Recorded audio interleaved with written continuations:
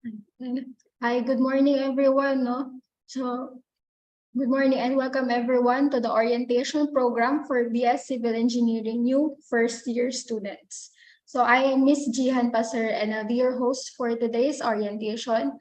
So, I hope you're all doing well today in your homes. So, initially, yung conduct dapat ng orientation na to would be in a face-to-face meeting, but due to recent bad weather conditions and with UP announcement to revert to online mode, so we opted for a virtual orientation. So thank you all for attending today. Then if you have troubles connecting through Zoom, you may also watch our orientation through our YouTube live streaming. And then if you have any questions, please use the Q&A feature in Zoom, which you can see at the bottom ng Zoom, no, between the participants and the poll buttons. So then for our program today, this will be our program for today. So from 9 to 11 a.m., we'll have yung plenary orientation where the introduction to UPICE, the civil engineering profession, UPICE facilities and staff, the BS Civil Engineering Program, learning modes for academic year 2023 and to 2024, and the life at UPICE, and some registration reminders will be discussed. And after the registration reminders, we'll have a short forum. So if you have any questions, we can address that during the forum session. Then from 11 a.m. onwards, we'll have breakout sessions where you will meet your mentors. So your mentors will be your advisors for the rest of your 4 years. So in the BSCE program. So without further ado, I'd like to invite Dr. Jose Regine Regidor, our Institute Director, to give the welcoming remarks and to start off the plenary session.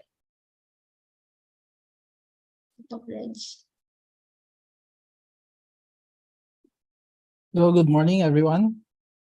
I hope everyone's safe and dry after all these days of rain.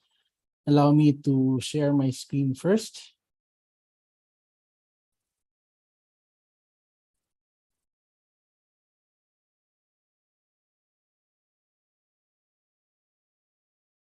Okay, I think I'm showing the program for this morning's orientation. I hope everyone can see the shared screen. Okay. Allow me to first greet everyone a good morning, and I hope everyone is doing well. No? As Ms. Jihan mentioned earlier, we reverted to the online mode due to the inclement weather we had been experiencing the past so many days. Ito na yata yung tinatawag nilang siyam-siyam, no?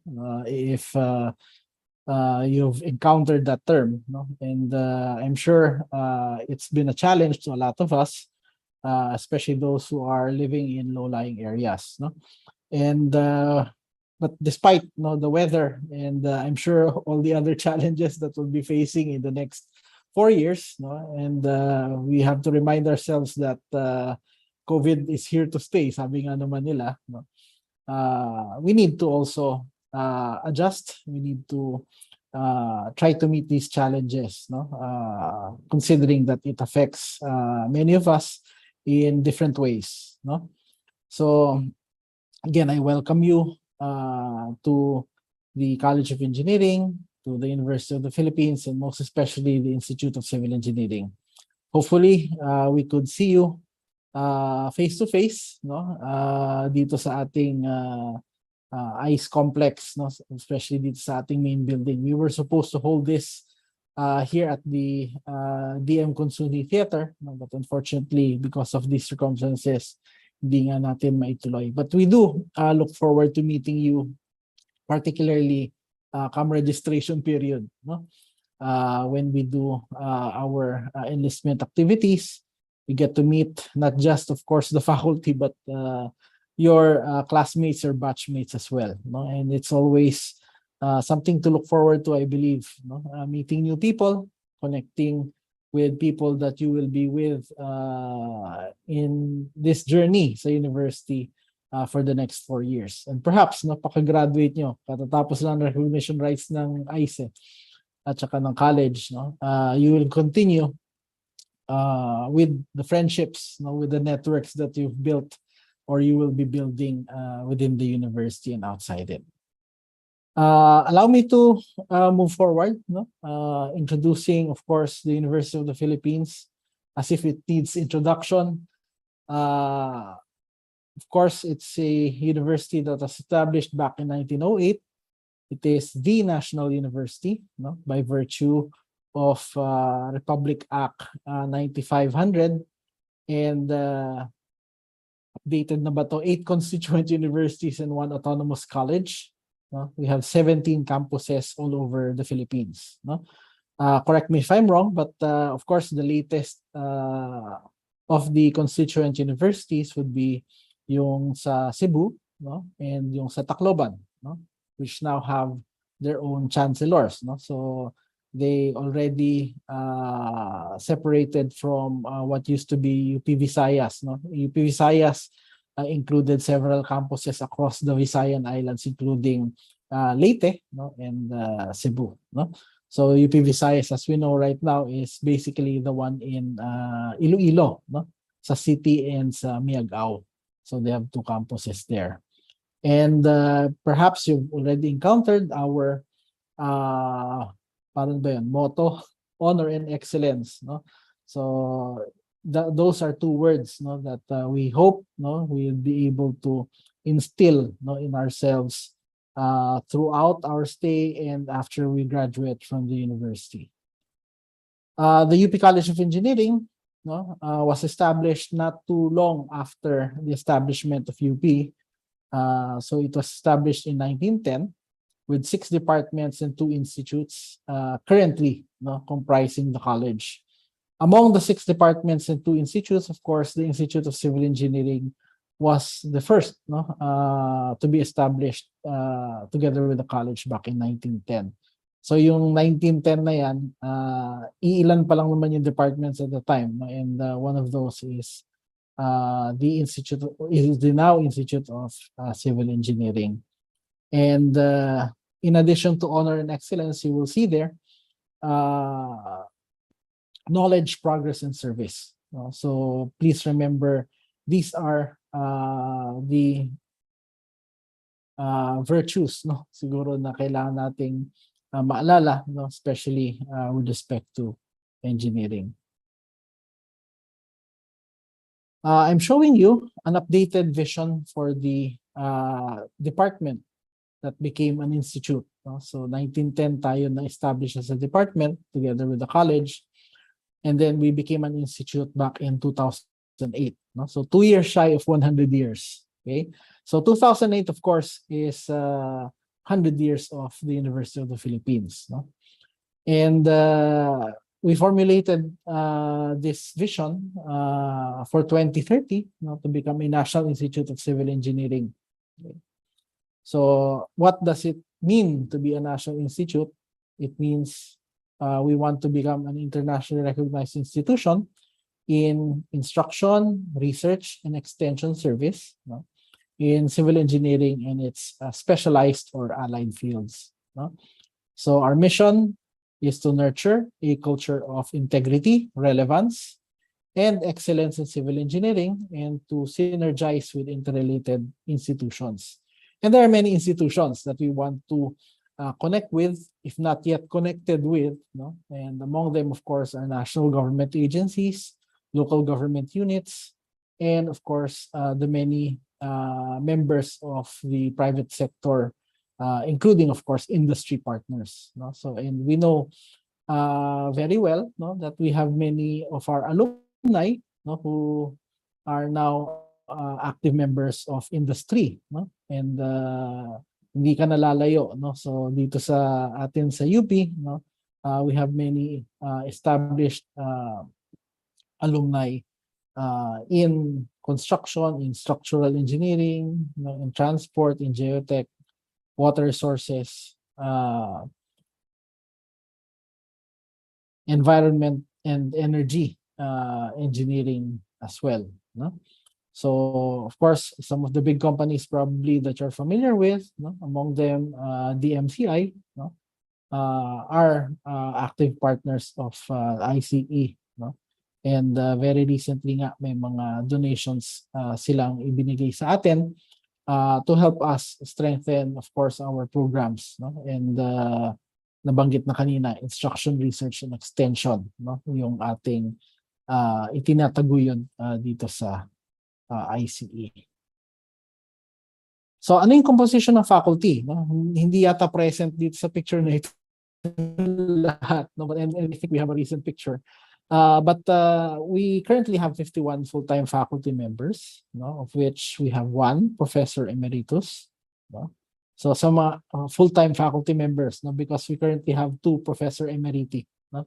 1 already just retired, no? But is still serving as part-time faculty, no? So 51 full-time faculty members natin, isa yung professor emeritus. We have 12 full professors, 8 associate professors, 25 assistant professors, no? And natabunan na yung screen ko dun sa instructors, no? But so the remaining 8 instructors, no? And among them, no, 21 are doctoral degree holders and 25 are master's degree holders.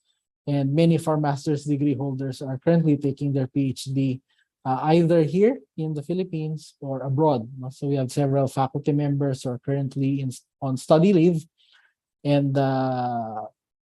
taking their PhD in prestigious institutions abroad, no?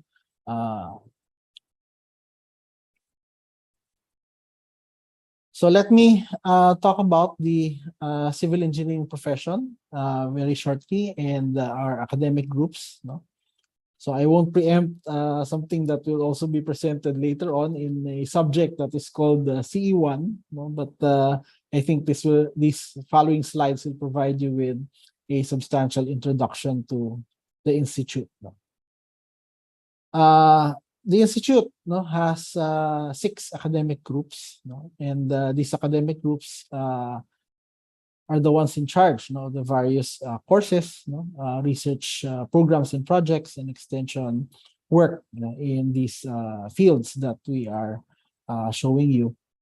One is the construction engineering and management group, no? And many of you probably are most familiar with this, no? How many of you do you associate civil engineering with construction, no? So I'm sure a lot of you, yun yung something that comes to mind, no?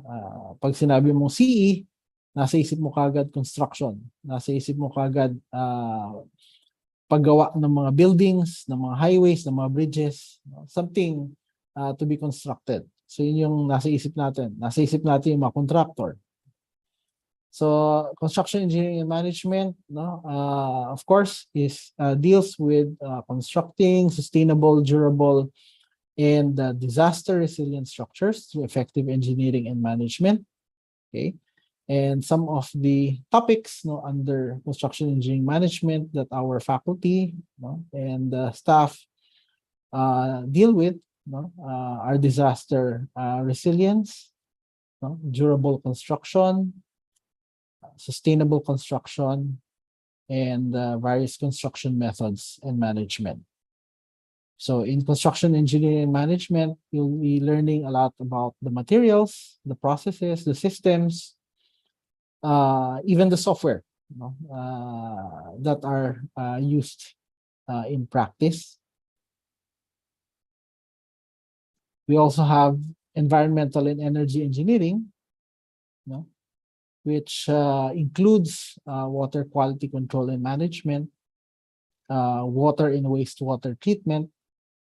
You have solid waste management, geoenvironmental engineering, disaster risk reduction and management, and sustainable buildings. So perhaps some of you might be familiar with yung sanitary engineering, okay, or yung environmental engineering per se, no? So this is under this group, no? And to complete it, no, although hindi nabanggit masyado rito dun sa ating mga items, no, yung energy engineering, no, which is very much related, no, to civil engineering, particularly considering that many of our resources, no, and many of our systems relate, no, to energy. No? And energy engineering is actually a multidisciplinary, interdisciplinary field. No? And later, when you come to the university and you come to the college, you will discover that the other departments as well, no, have a stake in energy engineering. Geotechnical engineering is the application of the principles of soil and rock mechanics to engineering problems. So, ano ba yung usually na-associate nyo sa geotech? Yung foundation, for example, no, ng ating mga structures. No? So, if that's the case, no, then perhaps you can be familiar with the items there in the bullets. No? So, there's geotechnical testing and investigation, instrumentation, di ba? Bago magtayo ng mga structures, may mga test na pine-perform. So, nakikita nyo minsan may mga nagbo-bore sa lupa, di ba? And especially for major infrastructure, no? Kitang-kita ko saan sila naghuhukay or bumubutas, di ba? So those are to conduct certain tests for the soil, no, in order for us to establish ano yung capacity niya, no, para dun sa mga structures na itatayo natin dun sa location na yon. You also have geomaterials, okay, which include soil mechanics, geosynthetics, soil structure interaction, geotechnical earthquake engineering, computational geomechanics, earth structures, ground improvement, and geoenvironmental engineering.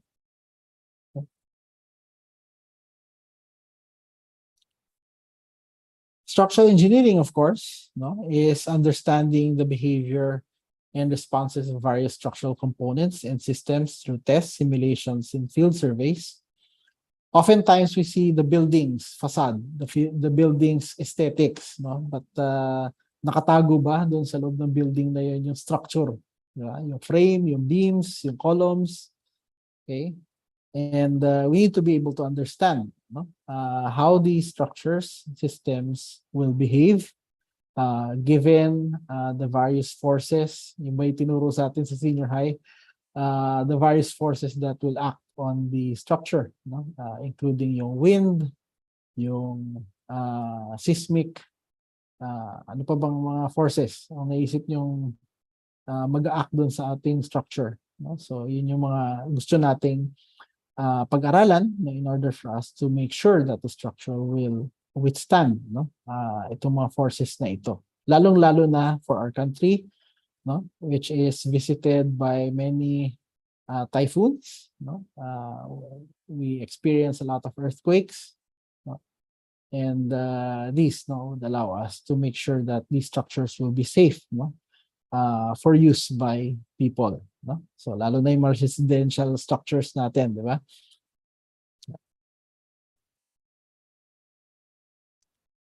Transportation engineering, no, involves transportation engineering and management, as well as transportation planning, and with the goal of safe and efficient movement of people, goods, and services. No? And you can see there the main subfields under transportation engineering, including transport, environment, and energy, no? Transport technology, which includes intelligent transport systems, inclusive mobility, no? And yung sinasabi nating parang classical na, no, na road or highway engineering design, no? And of course traffic engineering as well.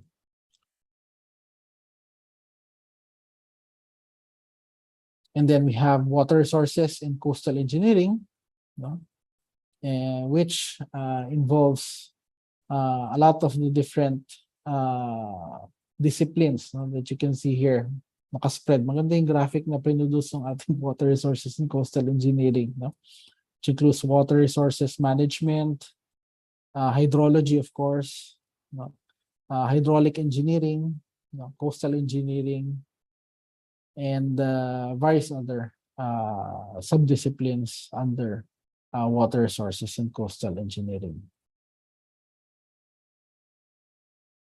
I included this slide, no, in this orientation because of course ngayon yung simula ng inyong journey, no, sa towards becoming civil engineers. And this graphic comes from the Philippine Institute of Civil Engineers, no? So they presented this in one of the regional technical conference held, no, recently, no? And you can see here what is the typical career progression for someone, no, who will become a civil engineer in the future, no? So you see here, no, you have the academic track and the professional track. Most of you probably will go through the professional track, no? But some of you probably would also join us in the academe, no? So you can see here, no, ano yung mga levels na ina-expect for the practitioner as well as for the educator. And hindi natatapos sa BSCE, no, yung education or yung experience natin.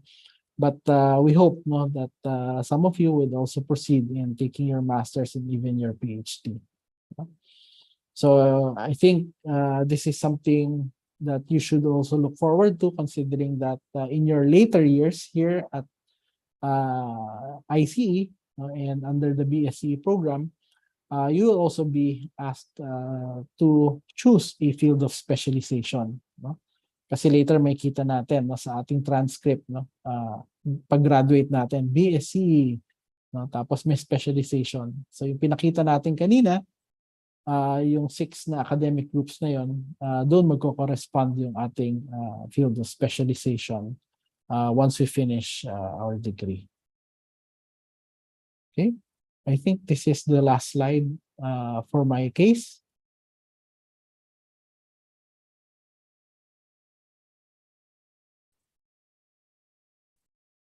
And I turn over the mic back to Assistant Professor Jihan.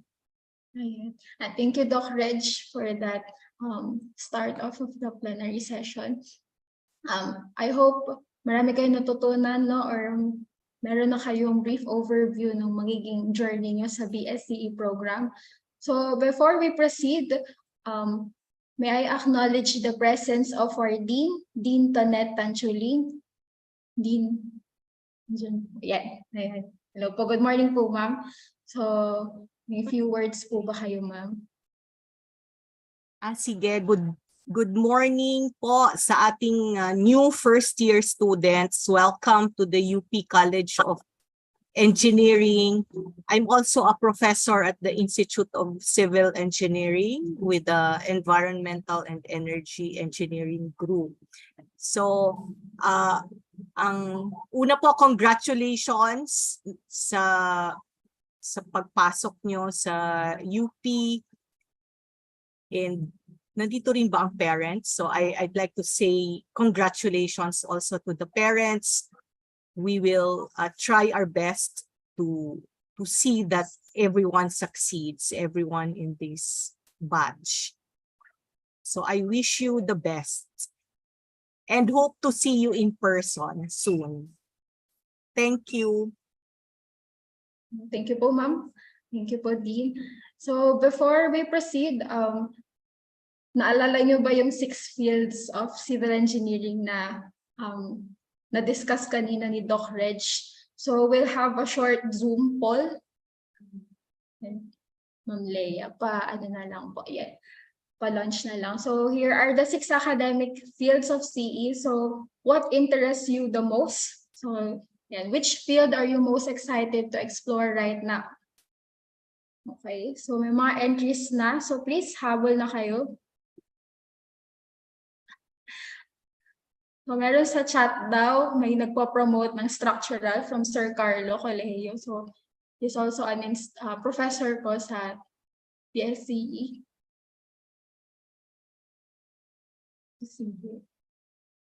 Geotech daw. So bahala na kayo kung sinong paniniwalaan nyo sa kanila.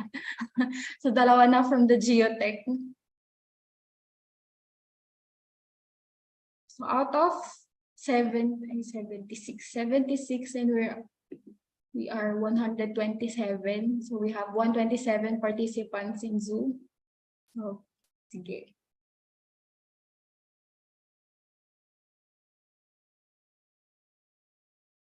Pinakamadami is CMG, no, Construction Engineering and Management. Importante po ba ito in deciding the advisor? So wala naman, wala pa siyang factor. So based lang dun sa brief overview na na-discuss, so ano yung preferred fields ninyo? Walang tatayong structure ko, walang geotech. So sige, yung leading ngayon is the CMG group, Construction Engineering and Management, followed by structural engineering, 5%. Then environmental and energy engineering, and transportation engineering, geotech, and then the last one is the water resources and coastal engineering. So meron po bang galing dito sa water resources? So, sige. I think throughout the 4-year course naman ng BSCE, most probably, pwedeng-pwede pa yan magbago, no? So, sige. We'll proceed to our next stop, which is on the UP facilities. So this would be facilitated by Dr. Nathaniel Jola. So may I call on Dr. Jola? Good morning, everyone. Thank you, Jihan. Let me share my screen.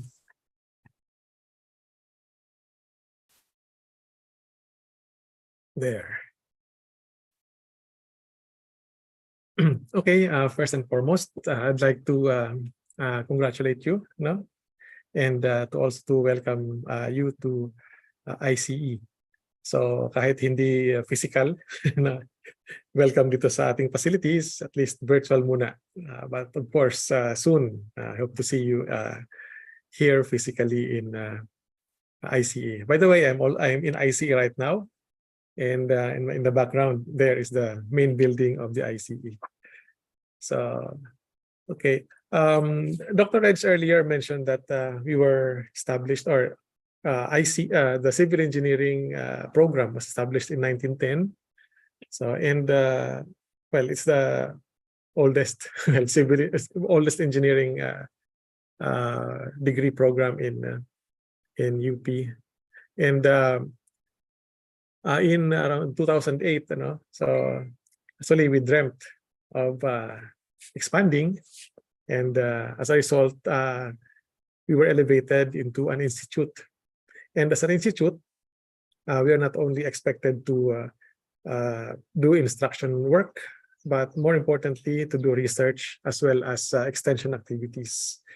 And with this mandate, so kailangan natin ng physical facilities to support our activities.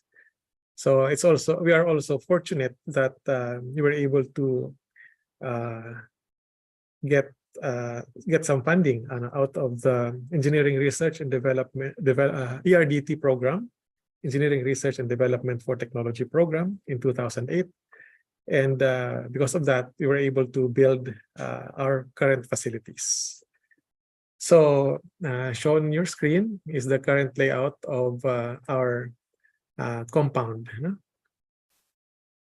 Okay, so we have here the main building where we conduct our lectures, where we also have our offices, and we also have there our canteen. We'll show later. And as part of our mandate to do research and even conduct extension activities, we need actually laboratories to do this. And we have several laboratory buildings to house the various laboratories across the 6 different fields of civil engineering. So first off, we have the structural engineering laboratory here. And beside it is the construction laboratory. Then we have a new one here, a wind tunnel laboratory. I'll describe that later. Then the geotechnical and environmental engineering laboratory over here, and the coastal engineering laboratory. On the other side, we have the fire laboratory. Okay, so we have this complex compound, or we call it complex also, no? So we have a space where we can conduct our activities, no? So the main building, for those of you who were here earlier, so you were able to see the video, ano? So describing kung ano yung facilities natin sa main building. So yung ICE building is one of the iconic buildings here in the campus, you know, because of this disc like canopy, no, that we have here. Tapos may lighting yan sa gabi, so maganda yung view natin dito. And in the first floor of the main building is devoted to offices, offices of the admin, as well as the groups. So we have 6 groups, and each of the groups have its own room, no? So where they can hold their meetings, or where they can entertain also their guests, no? And here we have the theater, 250 capacity theater. And also at the back there, we have the open space and also the canteen over here. Okay, so when you enter the lobby, you will be greeted with this open space, ano? So with the glass walls. So maliwanag siya dyan, ano, pagpasok ninyo. And when you turn to the left, you will see there the DM Kunsunhi theater. No, so supposedly we're scheduled to hold this orientation here at the DM Kunsunhi Theater, no? But well, later on we will use this for many other activities with you, ano? So just to mention, ano, so yung ating theater has one of the, sabihin nating better acoustics dito sa area sa UP. So that's why some of the events, even singing event, musical events, or theatrical events, paborito nila rin itong ating theater, you know? So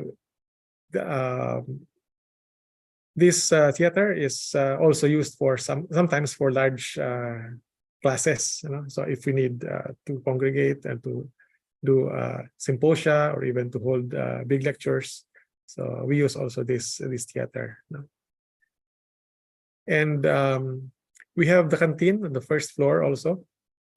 So consider yourselves lucky, because in this area, south area of the campus, so yung IC ang isa sa may mga canteens, ano? So you don't need to go far to get food or to buy your food. We also have concessionaires here. So sa ngayon, ang nangyayari is that the concessionaires bring cooked food, no, here at the canteen during the day, and you can just buy from these concessionaires. So soon, ano, pag naayos yung usapan, we will have a coffee shop to complement the food that the concessionaires are providing. Okay, so moving up to the second floor, we have 2 faculty rooms on either side of the building. We also have the faculty lounge, the student lounge, and the lecture and meeting rooms. Okay, so here's a screenshot or a shot of the meeting room.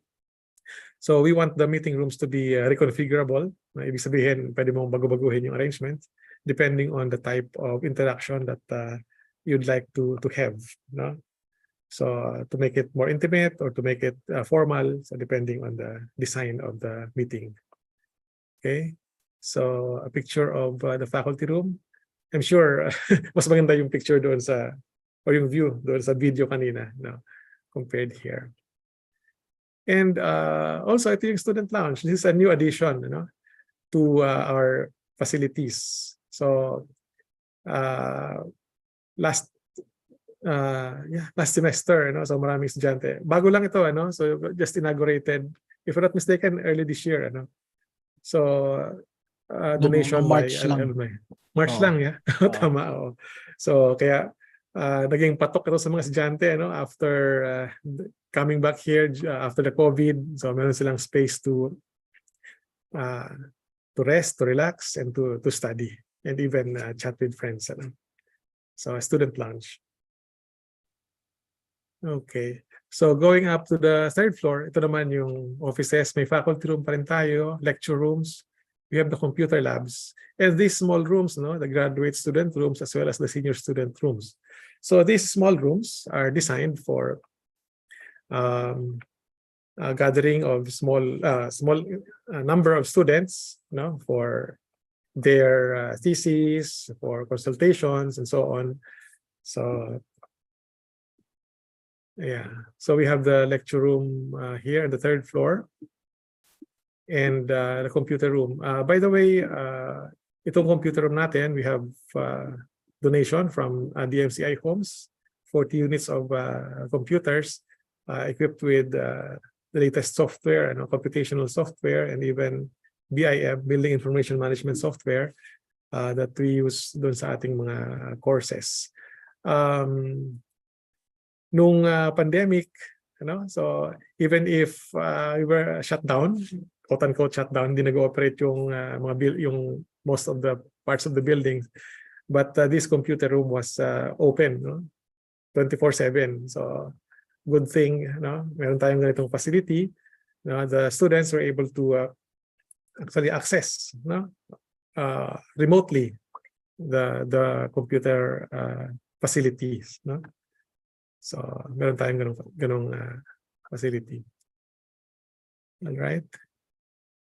Okay, picture of the senior students room. Maliit lang siya, but the students can discuss, can do their work, especially para doon sa ating thesis, or even doon sa ating senior project, or capstone project.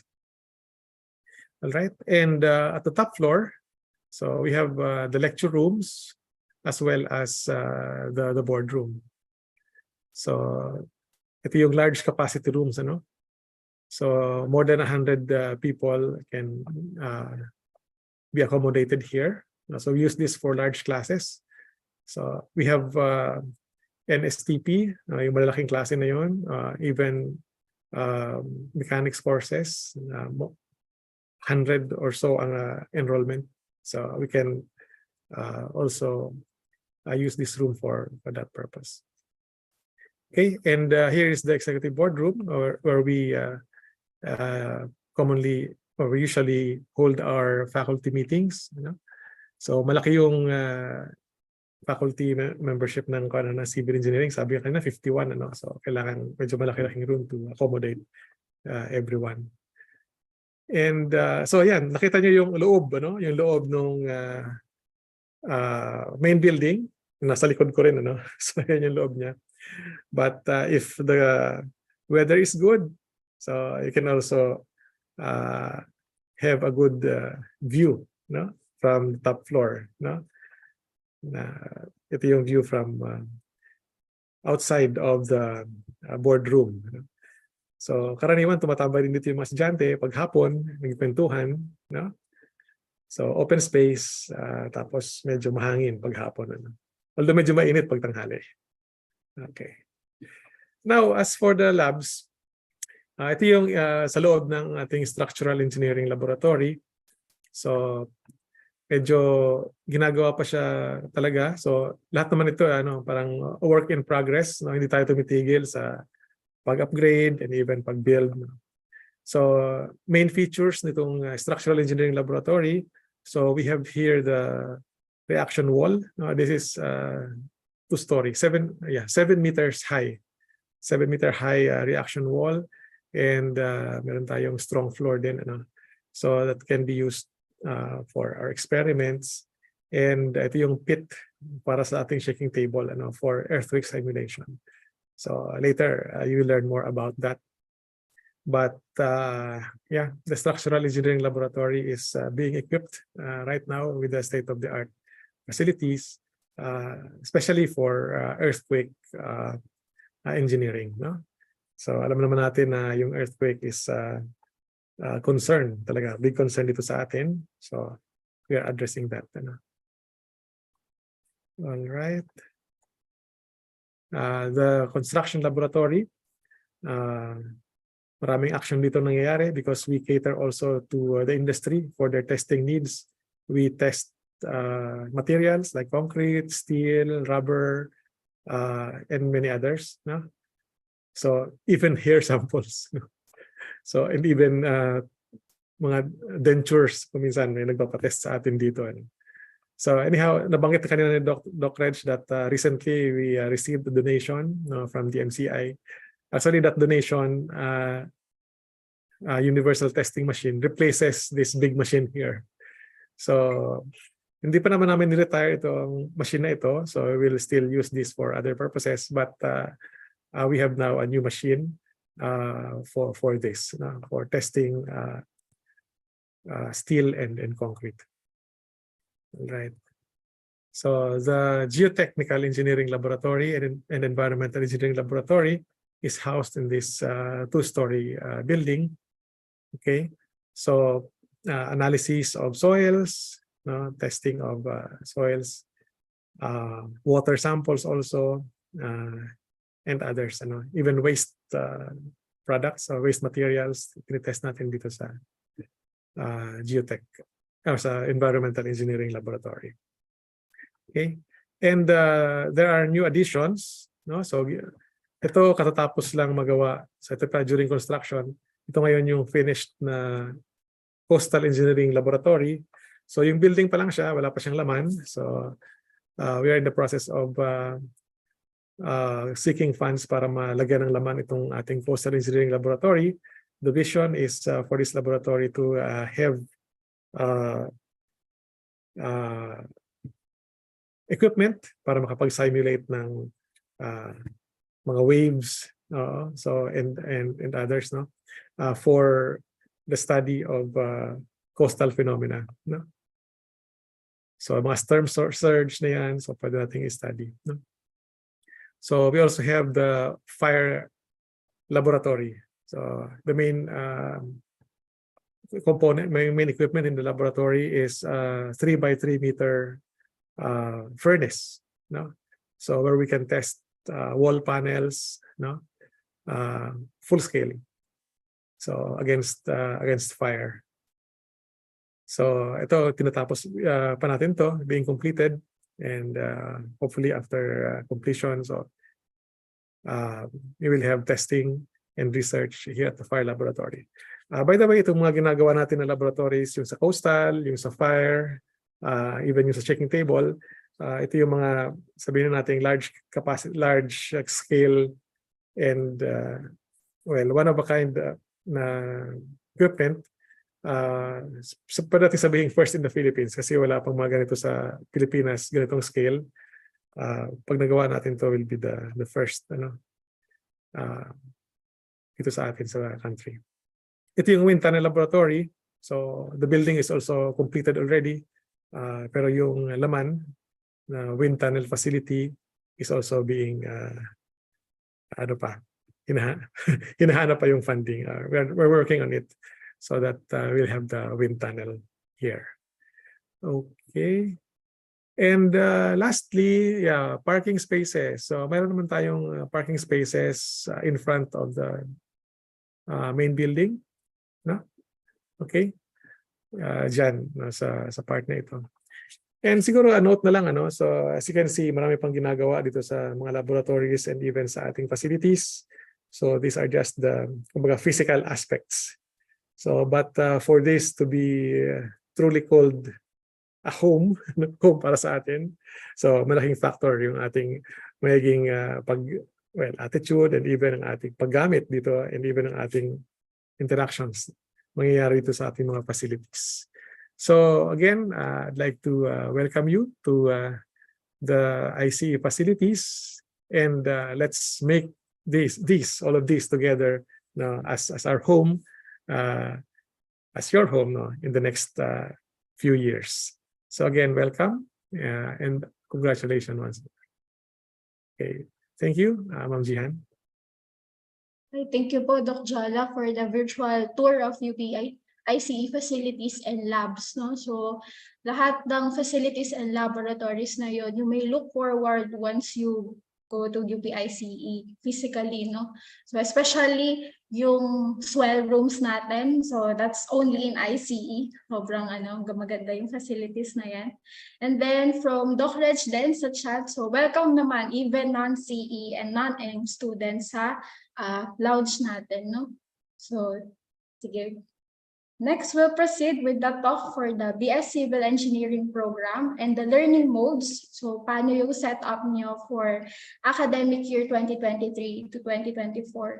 So, may I invite Doc Sean Palmiano to give the talk. Hello. Good morning, everyone.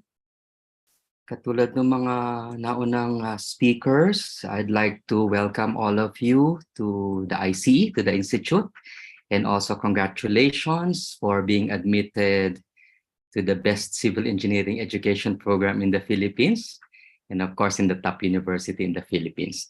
Diba? NACS naman. So I am Sean Palmiano. You may call me Sir Sean later on. And I am the Deputy Director for Academic Programs. And I'm here to, let me just share my screen to present the BS Civil Engineering program, or more specifically, the BS Civil Engineering curriculum. All right, for the next maybe 20 minutes or so, hopefully. All right, so nakikita ba ang aking slides? Ma'am Jihan? Yes, Doc Shan. Thank you, Doc Bodge. All right, so before the actual course coverage or flow chart of the courses that you will be needing to take, it is very important for us to understand what we seek to achieve, or what we envision you to become a few years after completing the BSCE program. And we call this the Program Educational Objectives, or PEOs. And we have 4, and I will run through them right now. The first expectation or objective is a few years after completing the BSCE program is for you, of course, to become practicing professionals, specifically practicing engineers, and more specifically practicing civil engineer. However, the practice of engineering is not limited to being engineers per se, but you could be wearing other hats, for example, as consultants or technocrats or educators or even researchers. Another one, aside from this, is we expect you to have the motivation to continue learning even after graduation, for you to continue what we call a lifelong learning process. So that you would be, so that you can keep on being effective professionals in the far future. Perhaps some of you would take graduate studies for this or other professional education. Now, the third objective or the third expectation is that we expect you, graduates of the UP Diliman BSCE curriculum, to be leaders. We expect you to be leaders, and to be in situations or jobs that potentially will put you in leadership positions, because of your high competency and ability to think critically and independently, imbued with good citizenship values. At yung pang-apat ay we expect you to become problem solvers, professionals who can provide solutions to complex engineering problems that can help the Philippine society solve pressing issues. Napakarami nating problema, and we hope that you would contribute later on to the solution or providing solutions to these problems. Kanina nagtanong kung anong track ang gusto ninyo. So I'm from the Transportation Engineering Group. So isususog ko rin na transportation engineering is also important kasi ang dami nating problema sa transportation, no? All right. So with this PEOs or program educational objectives, I'd like to ask you the question, no? So can you imagine yourselves 8 to 10 years from now, career-wise, no? Ano bang magiging itsura o ano na ang ginagawa ni sino ba? I'll just randomly pick some names. Si Engineer Marilu Chowa, or perhaps si Engineer Marian Lagrisola, or perhaps si Engineer Joshua Fontelera, no? Ano ang magiging career ninyo later on, no? And hopefully after the after finishing our curriculum or entering our BSCE program, ay ma-achieve natin itong 4 expectations or these 4 objectives for you. Now, moving on, given the higher goals I mentioned earlier, now let's imagine in more detail what measurable attributes or competencies naman, no? Competencies that you as students or future civil engineering students, or rather future civil engineering graduates, would have acquired after taking the courses in the program. Okay, we call this the expected student outcomes or SOs. And we have here a list of 11 items. Now, these competencies that we want you to acquire are further divided into categories. So the first category is, the first category would be core competencies. So completing the BSCE program will allow you to acquire these core competencies. And this means that you will have the ability to apply principles of engineering, science, and math, the ability to solve difficult engineering problems. Thirdly, the ability to develop and conduct experiments and perform data analysis and interpretation, leading to a scientifically sound conclusion.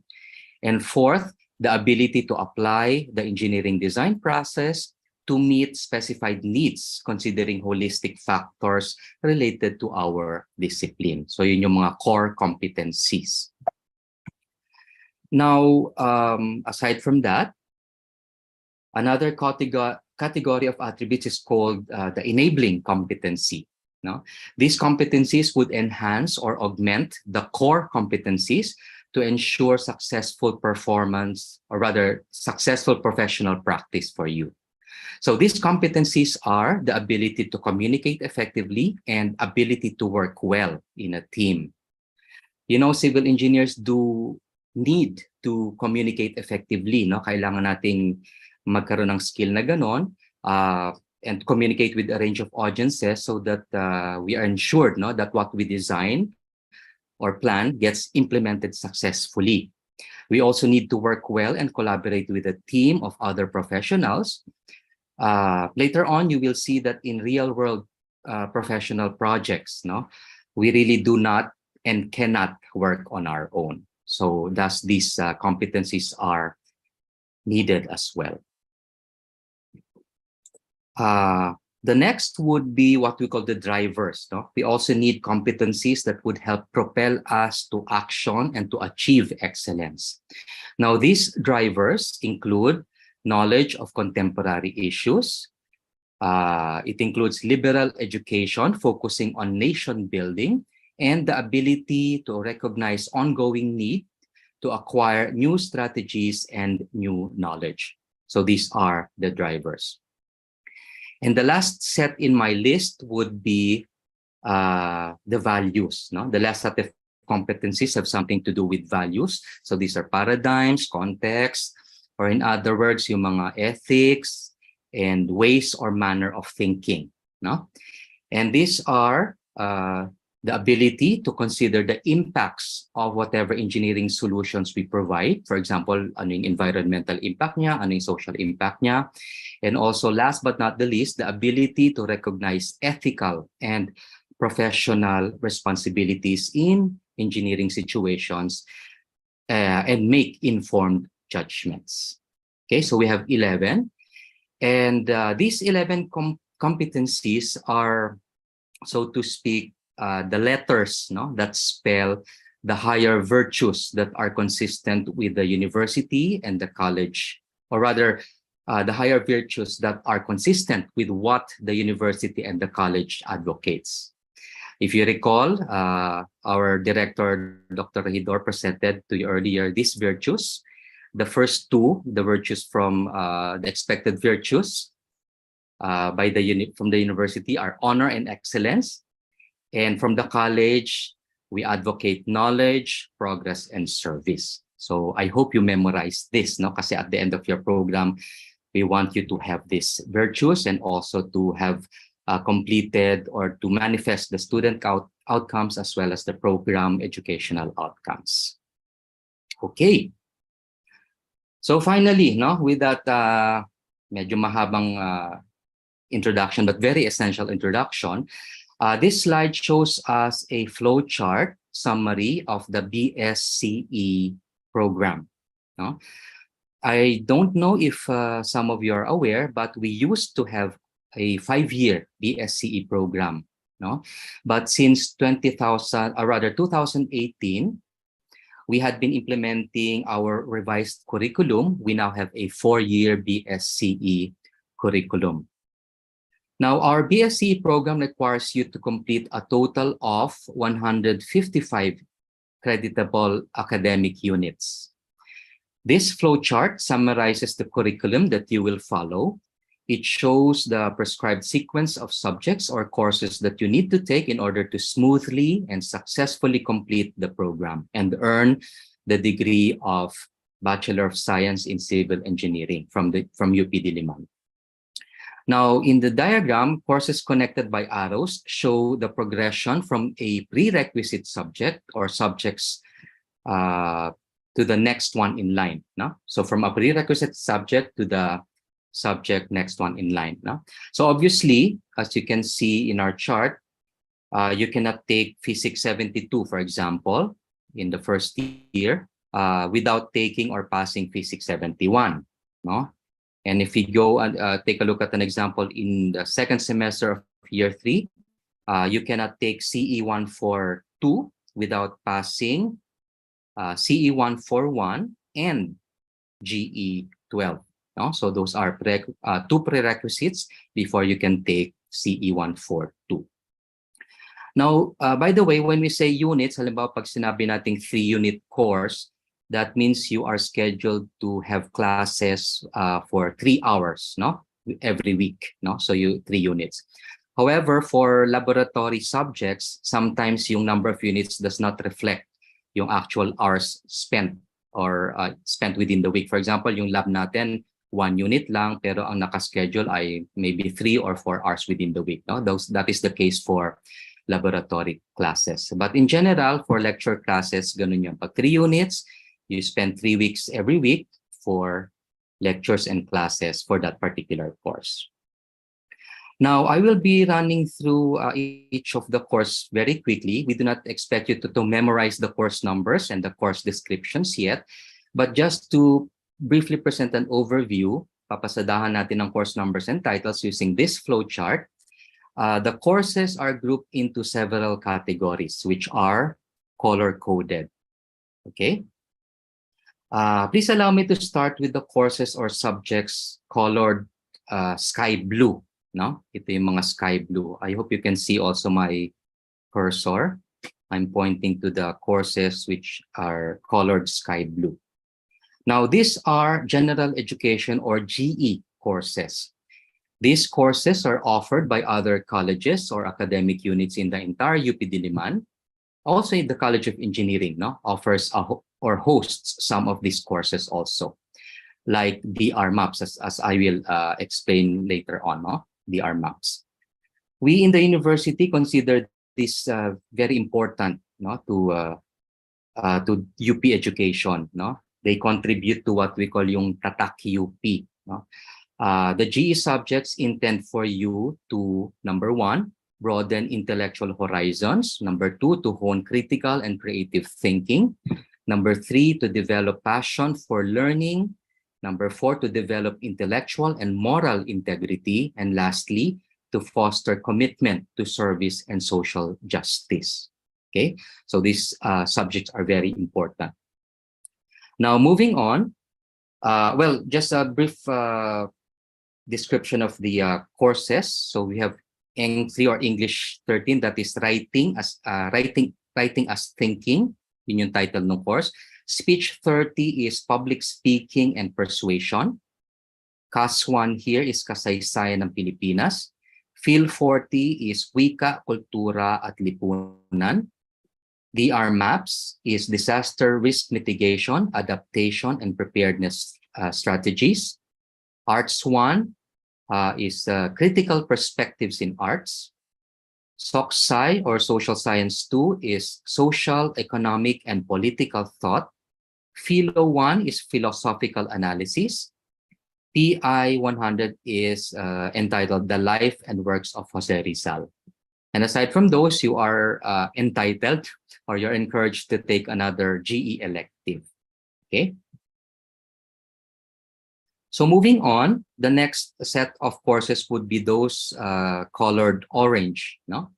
So these are the fundamental math and science subjects. So obviously these are yung physics natin, yung chemistry, and you also have here math 21 and 22, no? Yung mga calculus natin. All right, so that's it, no? I think that's self-explanatory. Orange is for fundamental math and sciences. Now, the next in the category would be the green. Those colored in green. Itong ES1, CE17, ES101, and ES102, and also CE18. These courses are for engineering sciences, no, and mechanics courses. These are general engineering courses that students from other engineering fields may take as well, no? Hindi lang civil engineering. So yung ES1, for instance, is engineering drawing. ES101 and 102 is a series on mechanics, so particles and rigid bodies and deformable bodies, respectively.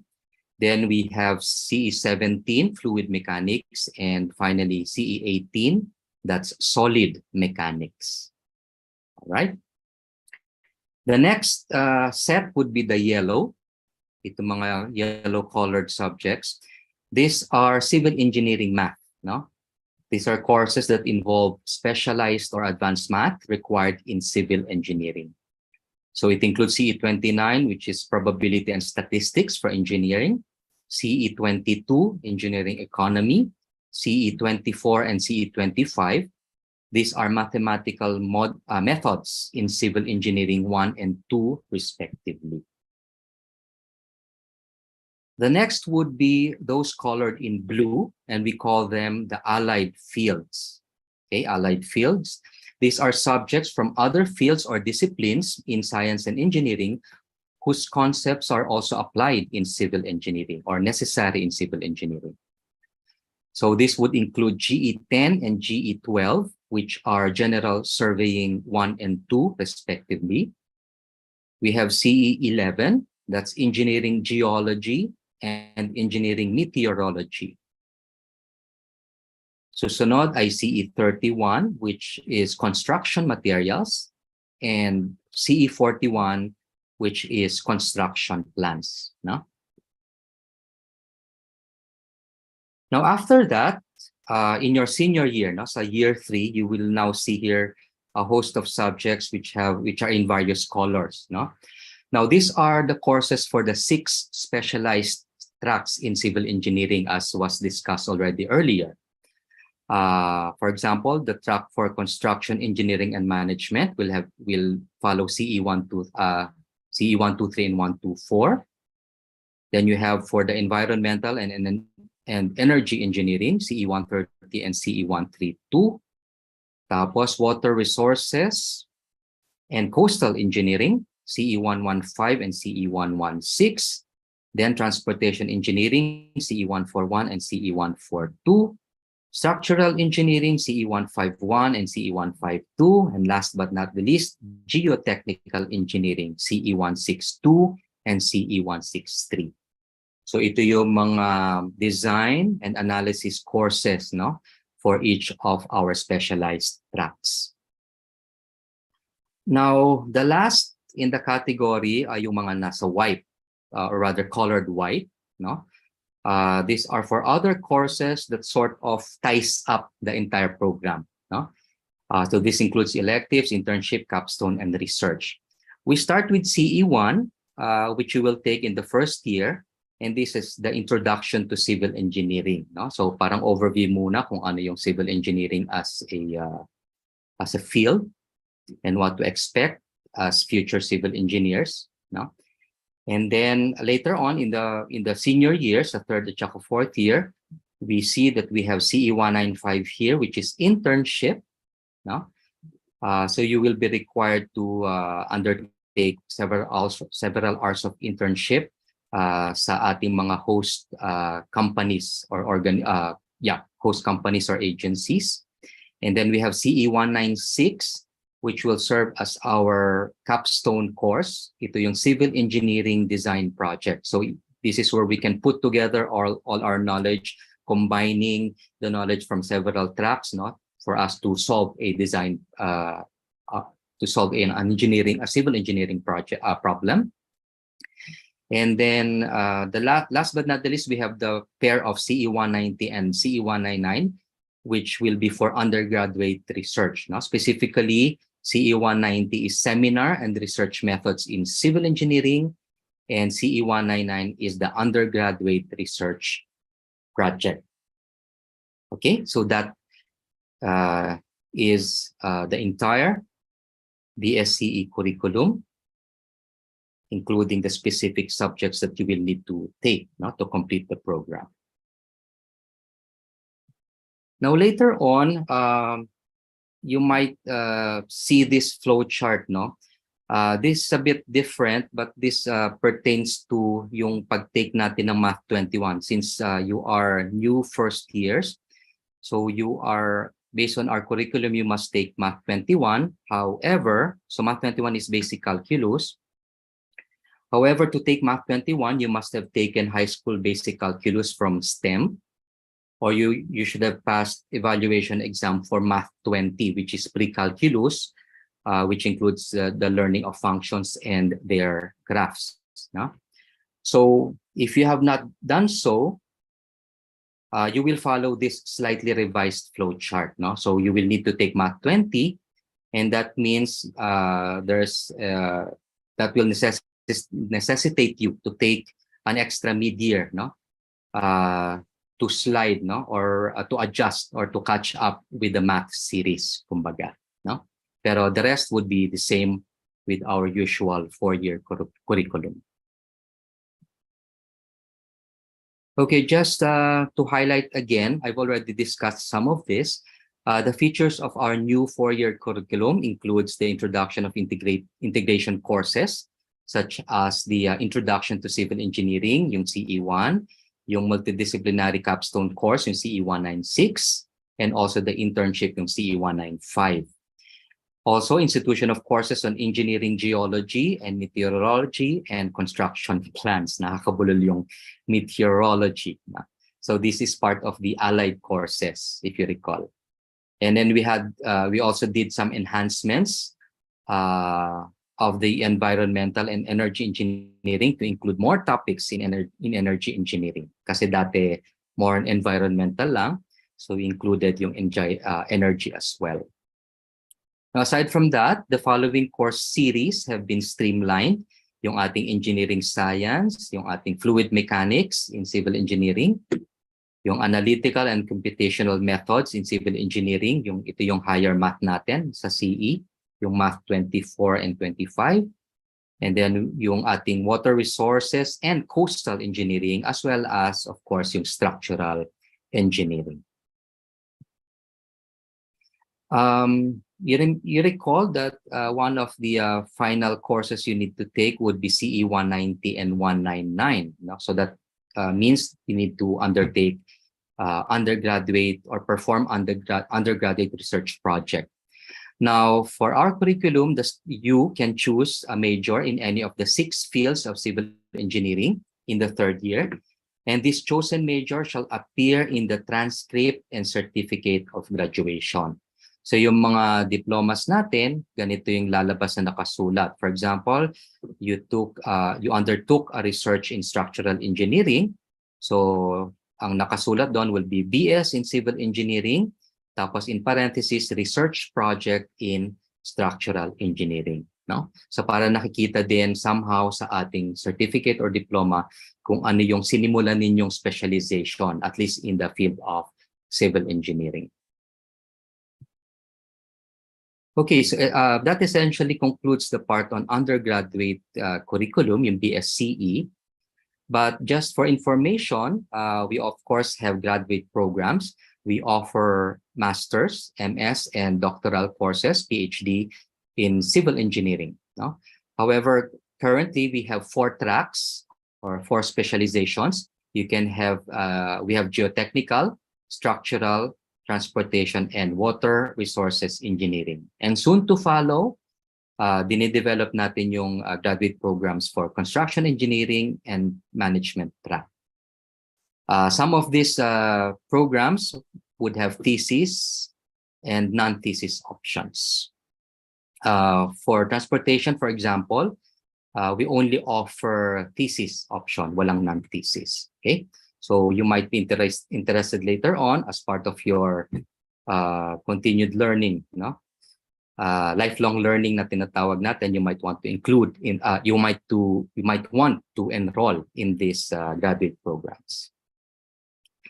All right, moving on, I'd like to speak or rather discuss briefly something about the learning mode which we expect for academic year 23-24. No? Sa totoo lang, wala pa tayong official memo that spells out kung ano ang magiging learning mode. No? However, we could take some some examples. No, for example, our experience in during the pandemic period. Even you know, sa high school ninyo, you experienced how learning is done remotely. So we have online teaching or online learning, or yung tinatawag nating remote teaching also. No? However, we would like to point out that remote teaching and learning is not the same as online. No? So pwede rin siya gawing offline, yung tinatawag nating asynchronous learning. No? And of course, we could have synchronous learning as well. So synchronous learning means we are together at the same time in a class, pwedeng online siya, together learning, us teaching and you learning at the same time. No? Kaya synchronous. Now, going back to the incoming academic year, based on our intelligence, the intelligence that we got, we have a draft pa lang po ito, I must point that out. This is a draft memo from, or draft contents of the memo from the Office of the Vice President for Academic Affairs. No? I just picked out 2 items which are essential or related to undergraduate learning mode. No? So the first one for undergraduate courses, most probably we will be following or we would be prescribing the Model 2 or Model 3 learning mode. No? For Model 3, the face-to-face component should be in the range of 50 to 75%. To explain that further, Model 2 means yung tinatawag nating distance learning mode.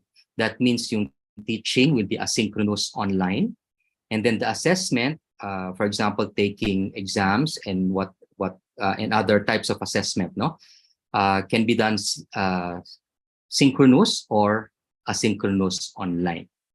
Okay, yung Model 3 naman is called blended learning. So both teaching and assessment activities will be face-to-face and or synchronous and or asynchronous online. So basically, I think this is the one most of us adopted last semester, no? Kasi medyo nag-normalize na tayo last semester. So it's going to be a combination of face-to-face teaching in class or learning in class. And also there may be some situations that would call for asynchronous online learning and assessment as well. No? Now, again, in the draft pa lang ito, and most of this would be included, no, in your course syllabus. So maaring iba-iba siya per course depending on the the instructor or the lecturer. But sometimes yung asynchronous learning online will have to be sort of justified why we need asynchronous online learning and teaching, the asynchronous teaching or learning mode. Okay, the next item would be related to learning mode is yung incorporation of the reading break. During the pandemic and even last semester, yung ating semester, which is roughly 16 weeks, nag-insert na tayo dyan in the mid-semester ng what we call a 1-week reading break. No? However, for the next semester, for the next academic year, hindi pa sure, no? It can be retained pending a survey being conducted on the effectivity of this reading break. Okay, so I know everything is tentative at this point, but rest assured that we will give you information on the details as soon as the official memo from the OVPAA comes down. Right? So ganun na lang muna po. Okay, the last few slides would be, sort of systems that are put in place to help you go smoothly through our BSCE program. Yung una would be yung course packs natin or yung syllabus natin. No? So each of the courses will have corresponding course packs, which include course guide, activity guides, study guides, as well as assignment guides. No? And of course, the schedule as well. No? Nung blended learning na last semester, sometimes yung course packs were replaced already by just a distribution of a shorter syllabus. No? Kung ano yung course contents, and kasama pa rin yung activity guide, course guide, and even study guides, pero parang abbreviated siya. No? But it can happen also that the specific course will still have that complete course packs made available to you as students. So related to that, meron tayong tinatawag na UVLE, no? Or the University Virtual Learning Environment. This is the learning management system or platform that we prescribe in UP Diliman. This is the online learning space. So dito pwedeng magkaroon kayo ng specific course or account for your course. In this example, you have CE22, kung saan i-upload ng inyong instructor yung course packs, lahat ng course materials, yung mga lectures, etc. Now, aside from this, you are now familiar with CRS, which is the computerized registration system, which helps us in monitoring your academic status as well as your registration. And last but not the least would be yung mentoring, no? To help guide you throughout your 4-year program. We have provided faculty members as mentors. No? We have mentoring on academic affairs, and it is handled by the ARC, or the Advising and Registration Committee, wherein we assign ICE faculty members to mentor a group or the cohort of students, kumbaga by batch. No? So the batch advisors will follow the academic progress and development of the batch of students assigned to them from their entry to and until graduation in the BSCE program. Okay, and I think that's my last slide. So with that, I hope you were able to get a glimpse or an overview of our course. Magandang umaga sa ating lahat. Thank you very much po, Doc Palmiano. So I hope everyone has a glimpse na ng courses na mga needed to take, especially for the upcoming first sem. So I know you may have some questions by now, pero please keep them for a while and we'll have yung forum later. So for our next presenter, we'll look at the student community within UPICE. So I'd like to call on Assistant Professor Andrew Victor to discuss the life at UPICE. Sir Andrew. Thank you, Ma'am Jihan. Magandang umaga sa ating lahat. So far, what we've learned is the background of UPICE. We've seen the facilities of UPICE. and then yung expected program nyo in the next few years. We've also introduced UVLE. Okay? So currently we are highly dependent on UVLE. Okay? So I think what is certain is that once we enter, once we start the semester, we really need to prepare for F2F activities. Okay? So in the past years, nag-adjust tayo to fully online, fully remote learning. So we know it's difficult to adjust back to F2F activities, pero that is our reality. So this next portion, we try to show kung ano ba yung daily life at UP-ICE, the resources available for students, and other activities na pwede nilang gawin aside from academic activities. So sige, magyabang muna tayo dito. Okay? So here at UP, we take pride na our students, they are being regarded as some of the most outstanding students in the country.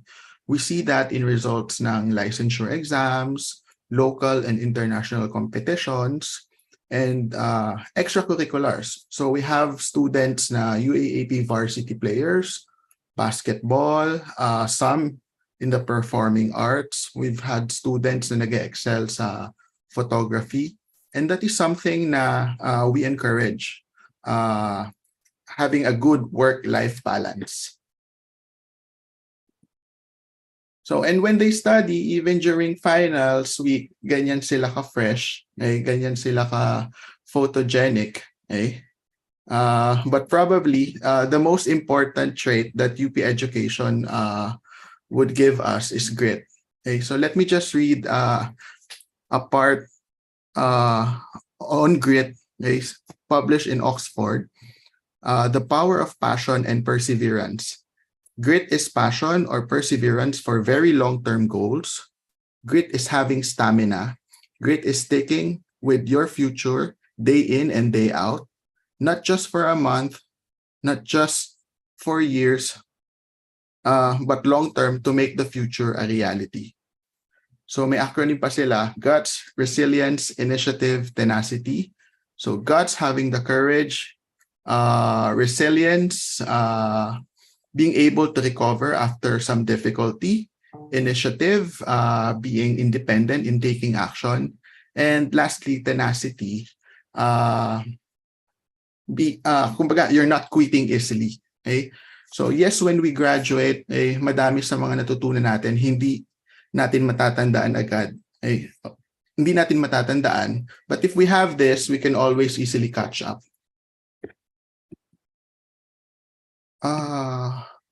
So the other best thing about UP education is tuition fee in UP is free. So there are other forms of support that we can avail, scholarships or study grants. So nagpo-provide siya ng monthly living allowance, thesis support grants, student housing, and even gadget assistance programs. By the way, many offices in UP use now Facebook as one of their channels for official announcements. So kung wala pa kayong Facebook account, may advantage of creating one. So for example, you can easily reach out to the Office of Scholarships and Grants through their Facebook accounts. Si Eng, meron siyang sariling office handling scholarships. I-promote ko na ang Facebook page ni Office of the Associate Dean for Student Affairs, si ADSA. So doon yung makikita lahat ng opportunities na available for and assistance available sa ating mga Eng students. So again, not just monthly living allowance, even laptop assistance programs, we have that. Since we are returning to face-to-face mode, another item that you should look out for is student housing. So if you want to avail of student housing provided by the university, so i-like natin itong page nila for more information. Okay? So this is a typical setup during face-to-face lecture in one of our classroom. Of course, I'm not being serious here na ganyan sila pag dumadating yung prof. Okay? So on a normal day, okay, you attend classes. Okay? Of course, we still encourage wearing masks. Okay? You attend classes in the morning. You have lunch at ICE canteen. Okay? Madaming kumakain dyan, even from adjacent buildings, dito sila kumakain on a daily basis.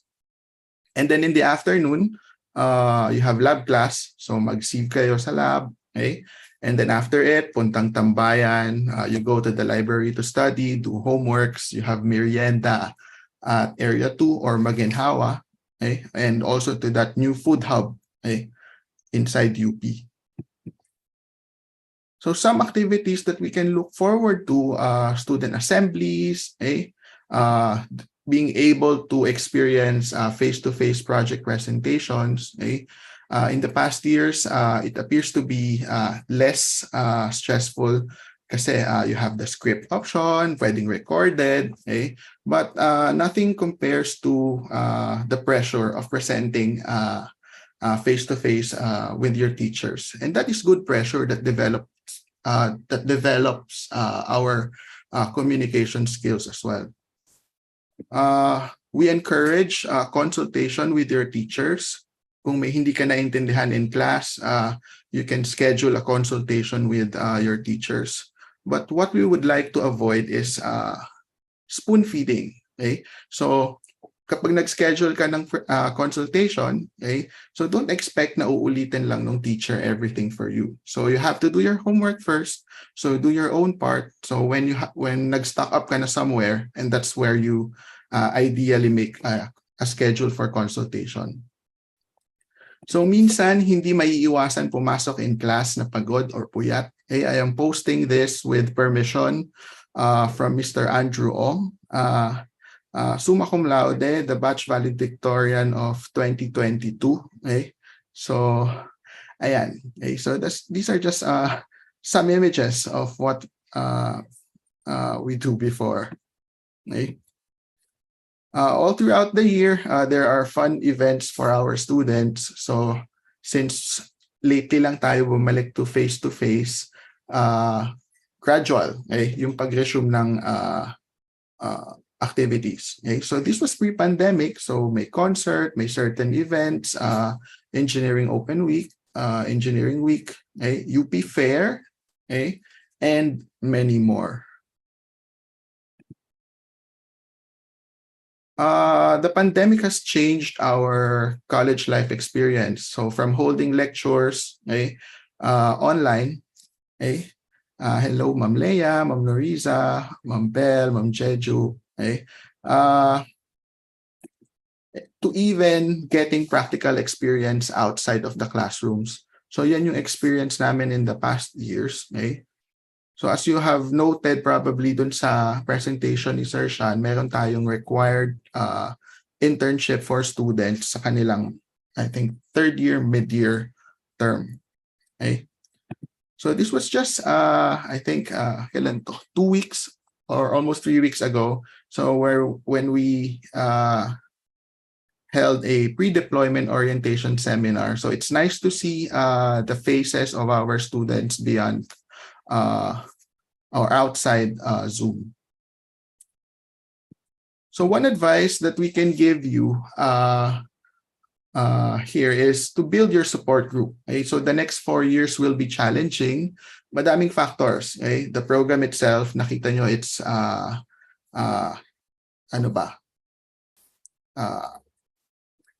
it's really clumped, okay, with subjects. Okay? Madaming factors, financial challenges, okay? Even practical factors such as transportation. Okay? So we know traffic is terrible in many places. So even that we have to adjust as well. So you can start off with your family, your parents, your guardians, your siblings, relatives, okay? Your teachers mentors, advisors. Okay? So ito si Sir Gian, congratulating ang kanyang advisee. Okay?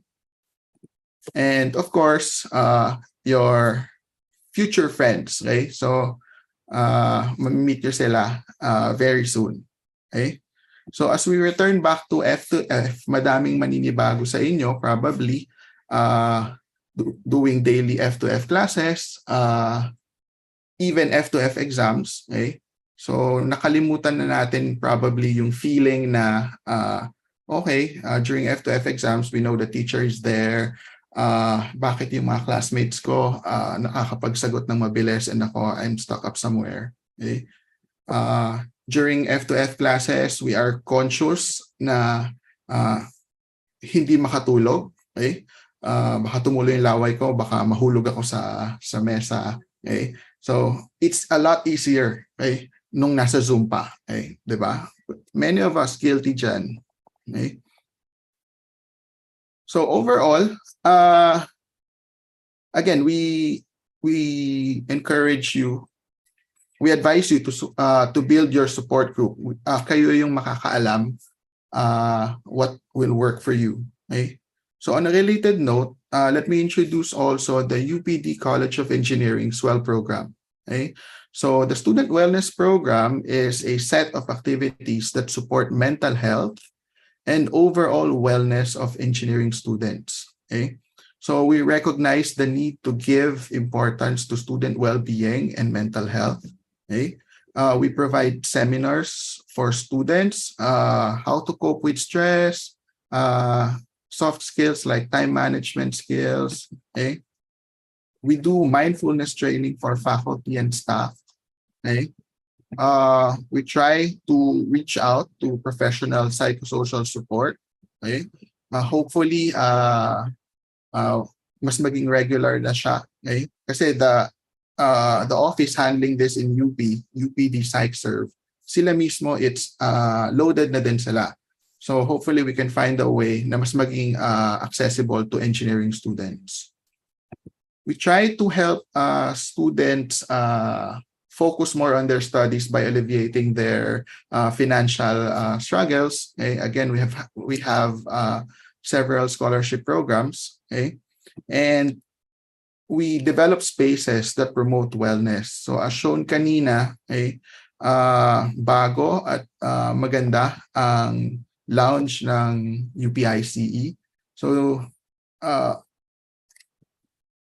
welcome yung CE students, non-ENG student, non-CE students, and non-ENG students. Okay, dito. Okay.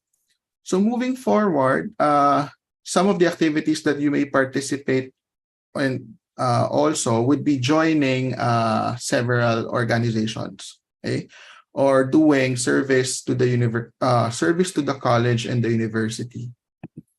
The first option na pwede niyong gawin is to join the Engineering Student Council, okay, and be one of the civil engineering representatives. Okay, so we've had a good partnership, okay, in the past years with our CE reps. Okay? So ito, I see a lot of familiar faces here. Some of them nag-join sa faculty. Ma'am Amy Villalba is here. Okay? Sir Harold Aquino, I think also nag-CE rep din siya. Okay? So madami kayong matututunan by joining the council. Okay? Ang outgoing CE reps natin is Zia and si Thea. Okay? So si Thea would be the incoming head of the volunteers of the Institute of Civil Engineering. Okay? So I think Thea is here with us. Thea.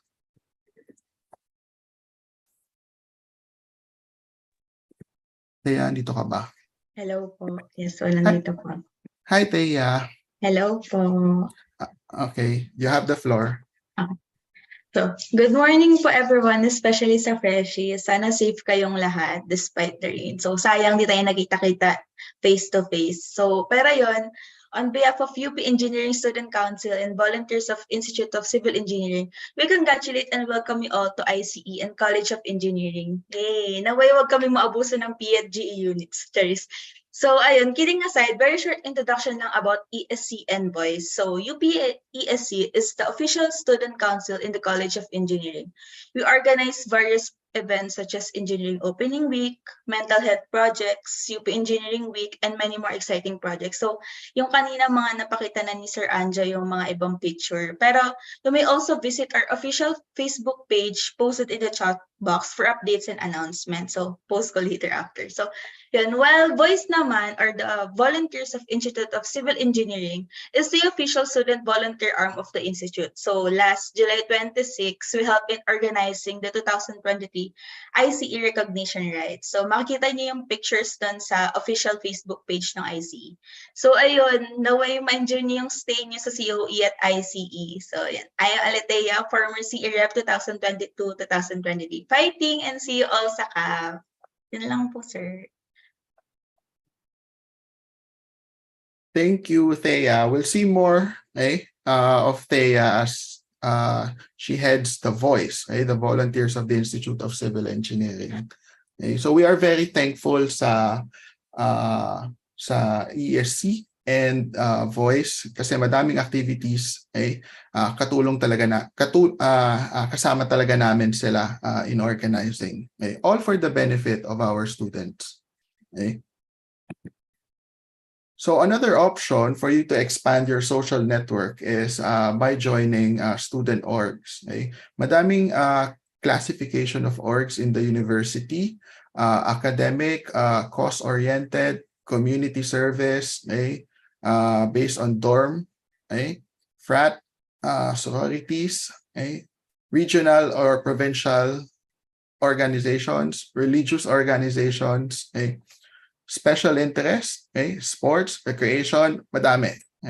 So for us in ICE, meron kaming 3 orgs na hinahouse. The UP Association of Civil Engineering Students, UP Aggregates, the third one medyo mahabang name nila. The Philippine Institute of Civil Engineers, American Concrete Institute, UP Diliman Student Chapter. So we've invited members of the 3 orgs this morning to welcome you all here. May I give the floor to the representatives of UPACES.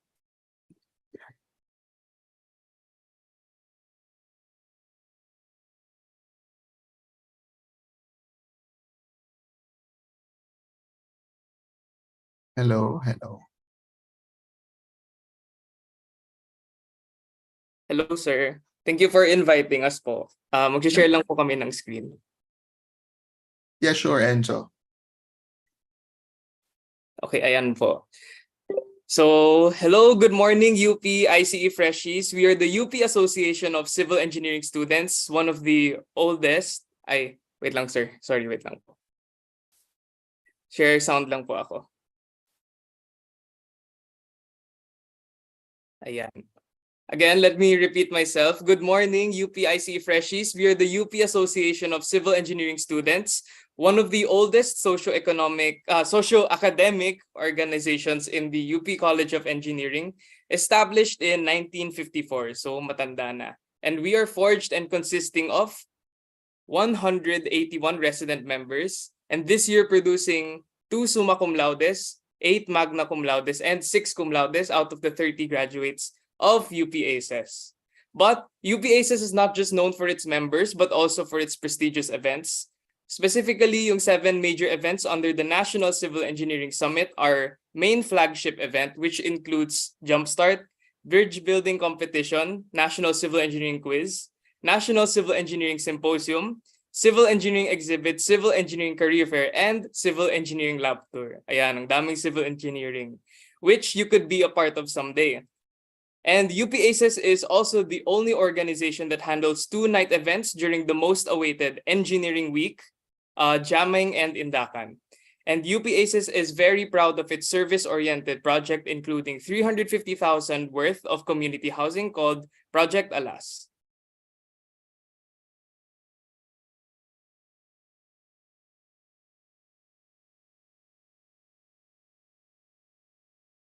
Ay, hello, Hannah. Sorry, kaka-unmute lang ni sir. So, but beyond these numbers, this is UP Aces, a legacy of nation builders, a team of game changers, and above all, one you can call a family. So, for 69 years, UP Aces has taken pride in its solid companionship. So, its big-time events, as we have said, and our forever bond. So, freshies, as you start your college journey in UP, we hope that you take your first steps with us. Because not only will you get to know UP Ace's story, but you can also be part of creating it. Ayan, once again, this is UP Aces.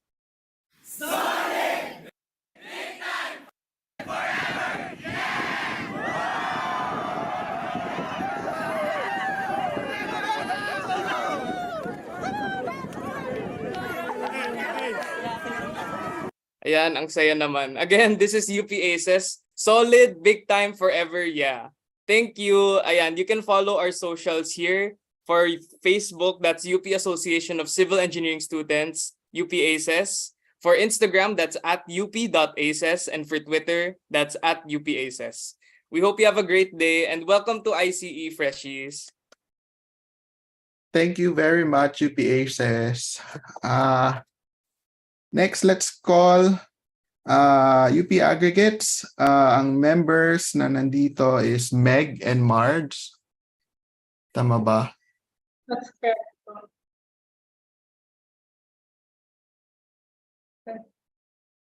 Okay.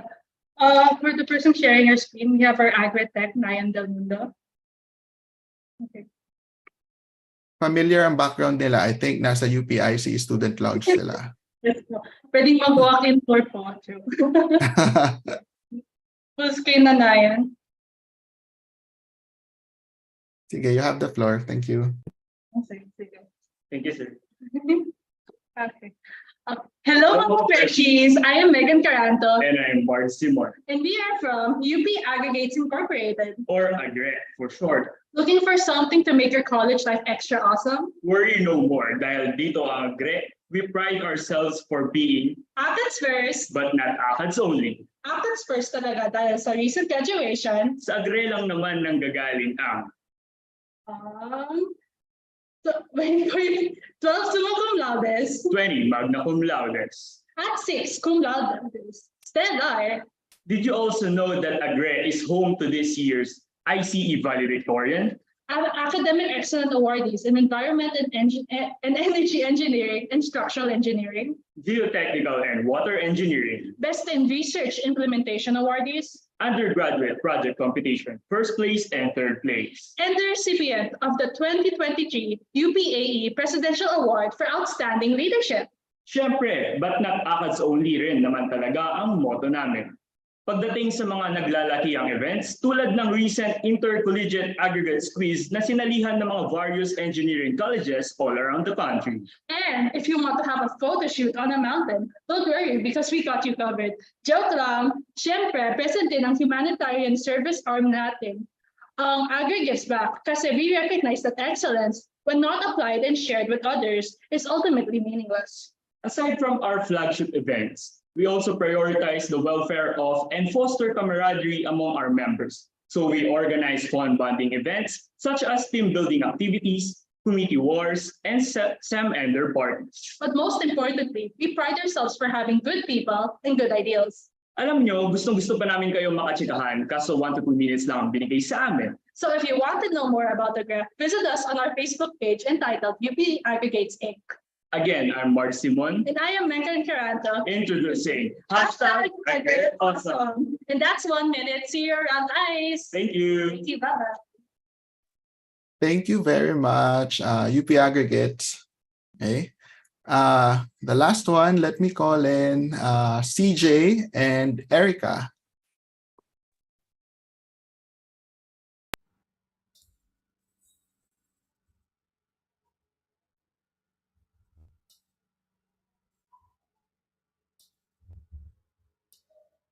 Hi, sir. Can you guys hear us? Yes, yes. Okay.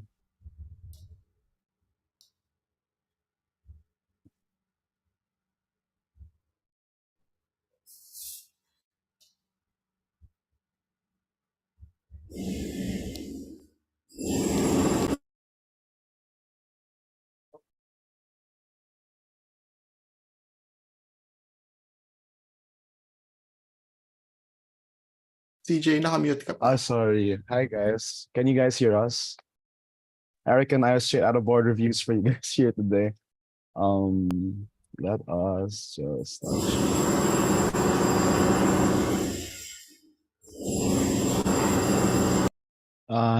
Eric, maraming ginagawa sa Kalay ngayon. Anyway, so hi, I'm CJ. This is Erica.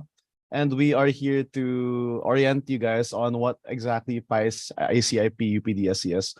It's not exactly the most exciting org like the two other home orgs we have to bring you today, but we're still value adding. And we have a lot of like special things you guys should like keep your eyes on.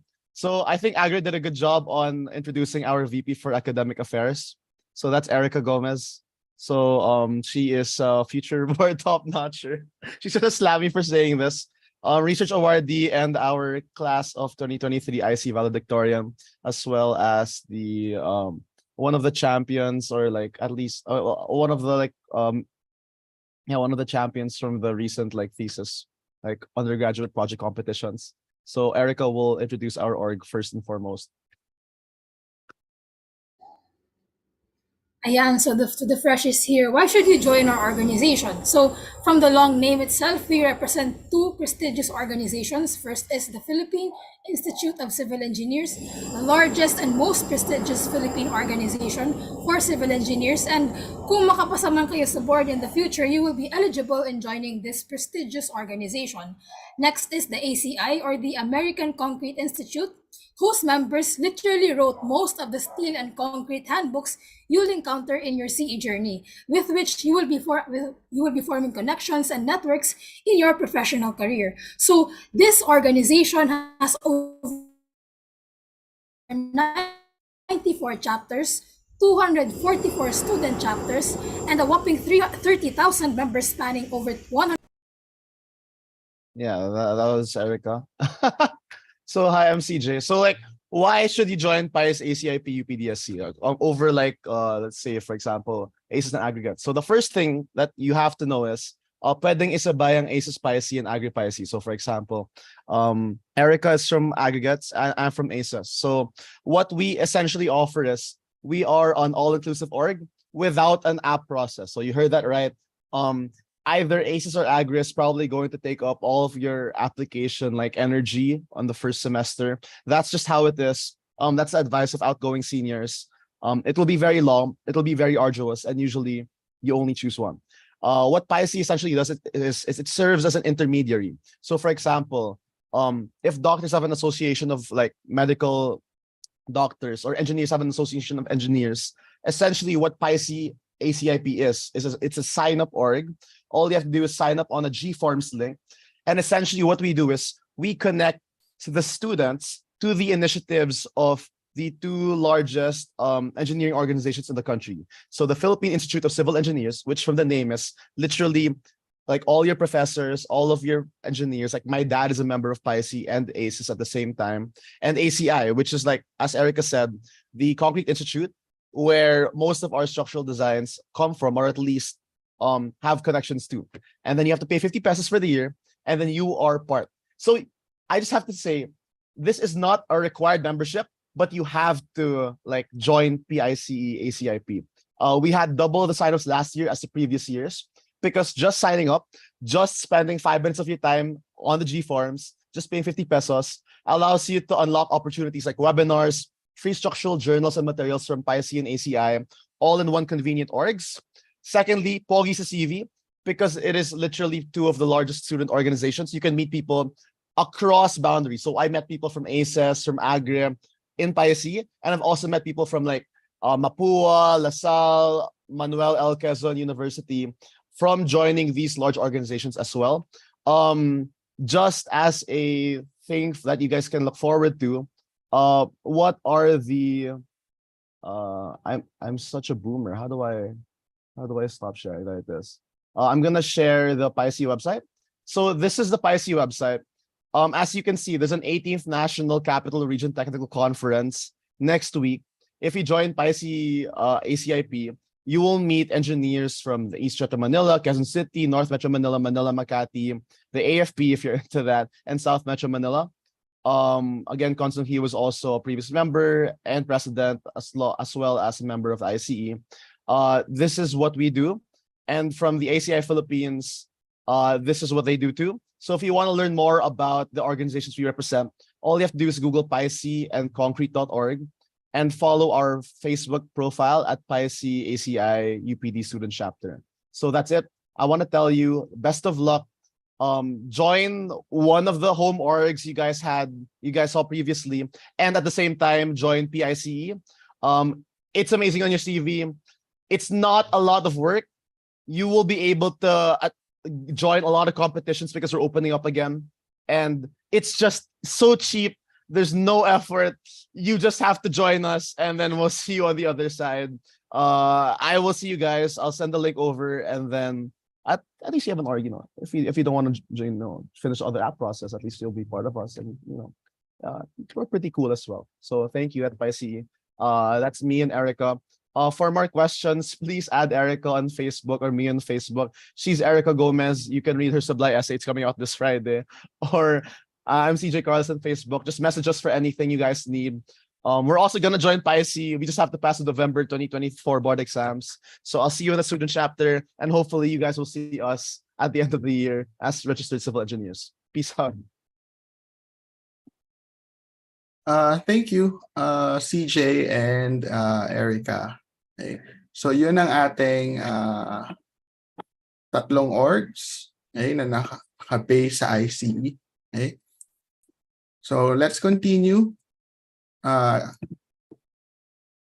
So stay connected with us.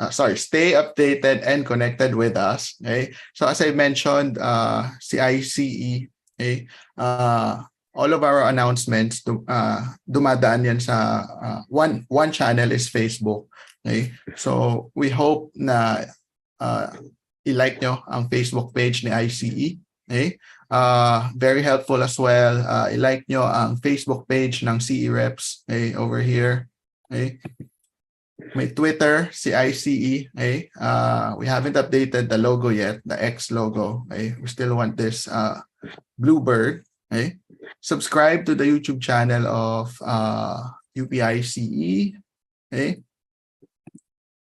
Also very important is to like the page ni College of Engineering. Okay? So madaming information as well.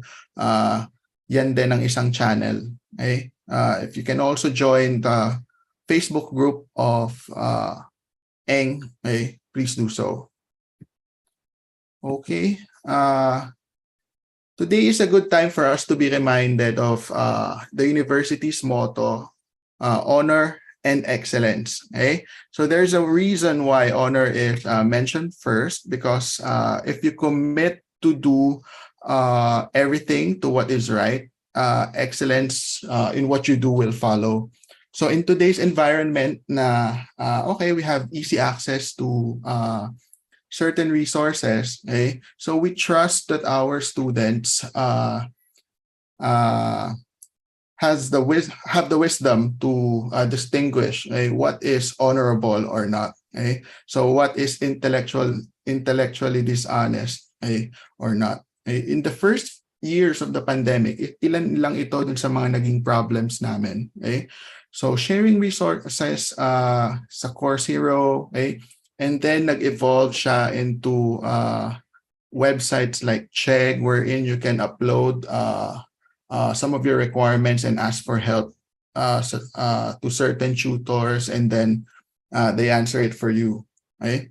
So we recognize na itong mga resources na ito are very helpful. Okay? So, but again, we trust that our students would have the judgment and wisdom when and how to use it. Okay? So the technology evolved very much quickly. Okay? So with the advent of artificial intelligence, okay, so ginamit ko si ChatGPT. Okay? So sabi ko, write a short welcome message for the freshies. Okay? So sabi niya, basahin ko lang yung first 3 paragraph. So, welcome first-year BSCE students to the prestigious University of the Philippines Institute of Civil Engineering. Congratulations on embarking on this exciting journey towards becoming future civil engineering leaders. As you step into this world of endless possibilities, we want to remind you of the core values that define our institution: honor and excellence. Honor is the bedrock of our academic community. It is the commitment to uphold integrity, ethics, and respect in all of your endeavors. Let your actions be guided by a strong sense of integrity, and let your decisions be driven by the desire to contribute positively to society. Galing, di ba? Ganda. Okay? So we want to remind everyone that we are here for honest learning. So cheating may help you get the grades, but it won't teach you the lessons. Okay? So I would like to close this off by showing this photo. This is our institute recognition rights in 2019. So it's a celebration that we do among students, faculty, and staff. Okay?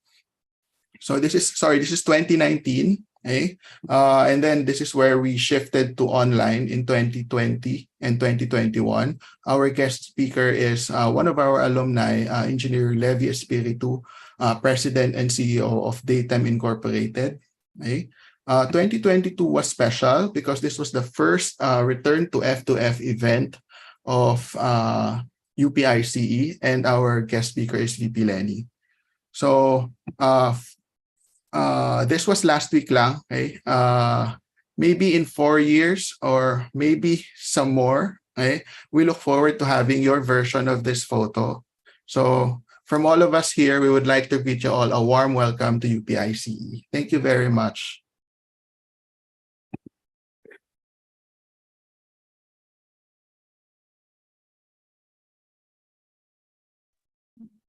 Thank you very much po, Sir Anjo, and to all our students who presented their respective homes or orgs.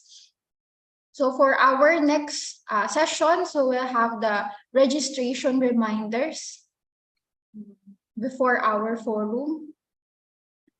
Po ang magbibigay ng registration. Go ahead po, Sir Hofer. Yeah. Okay. Hello guys. Good morning everyone. So let us just address yung initial concerns nyo. But before that, how are you feeling so far, students, new first year students? Can I get your reaction through emoticons lang? Parang hirap kasi to communicate with you nga dahil remote setup tayo right now. Can I get your reactions lang sa emoticons? So a handful so far, I believe, yung na-encounter nyo this morning. Tama ba? So can I get reactions na emoticon? Are you thrilled? With joy ba? Or excitement? Or loving it? Looking forward to it for the next, sabi ni Sir Anjo. So prospect of first 4 years. And you see yung enthusiasm na dineliver ni na Sir, ni na CJ rather, and ni Erica with the organization. So I know I can't see the reactions right now. Pero short message from me, okay? So about registration reminders, a few slides, actually just 4. So syempre will spare you of yung details of succeeding SEM. So pero right now lang, let me just acquaint you or refresh you maybe for some registration processes or reminders and pointers. So for specific lang to for you guys, okay? So, and we'll review definitely yung timeline in a while and perhaps address then or actually answer yung question. So nakita ko na yung may question na kanina.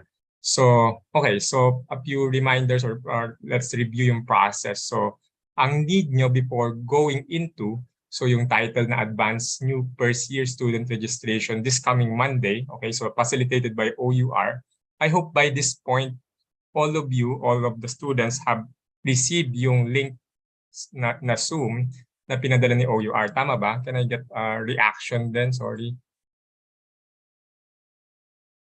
Yan, sige. Hopefully, all So if not, kung wala kayong na-receive na email, make that known to your advisor in a while na i-share din naman sa inyo. So necessary yon because dito will lock your registration. So I think yun yung thing na kailangan natin ma-cover as after or during yung advanced new first year student registration sa Monday, okay?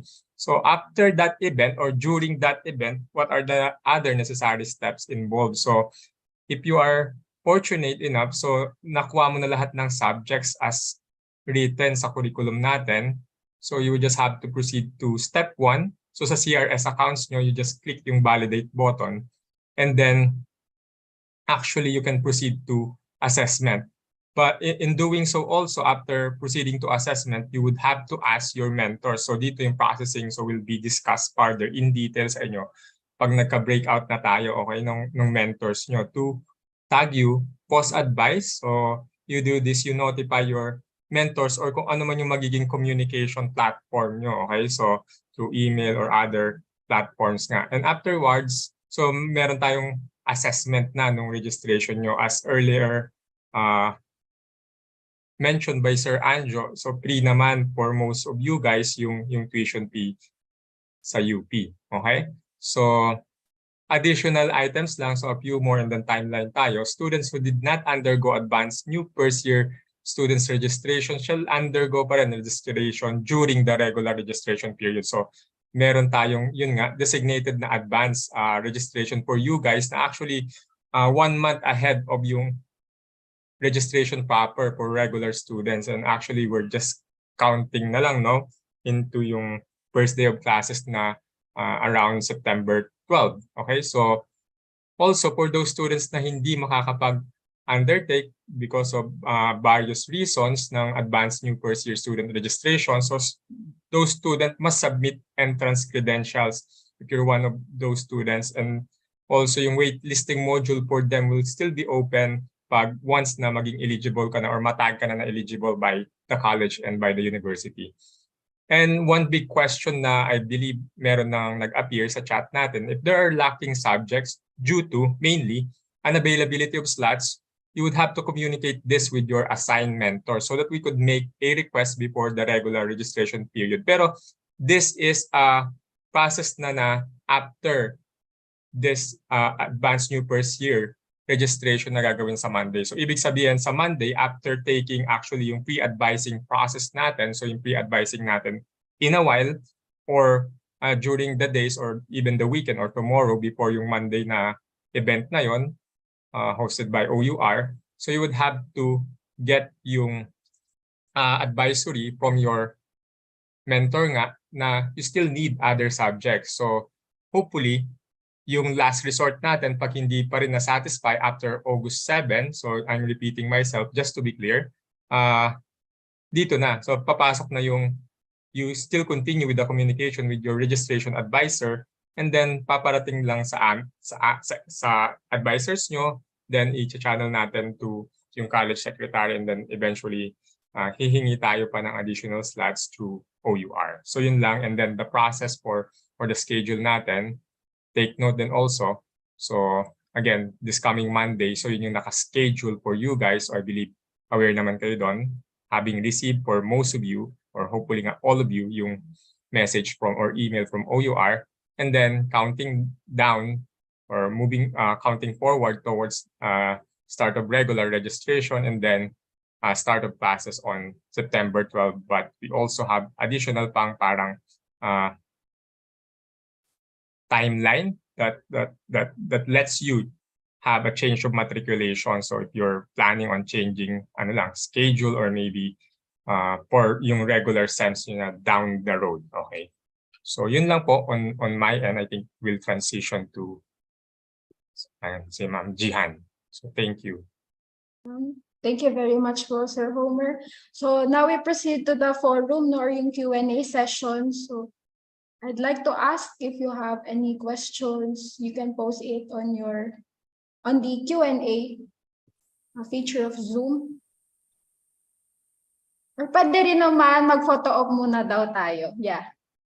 Sige, please turn on your cameras. Photo op muna tayo habang nag-iisip pa kayo ng mga questions ninyo. Ayan, stop share. Sino po ang mag-picture? I will Sir take Carlo? a picture. Yes, as requested.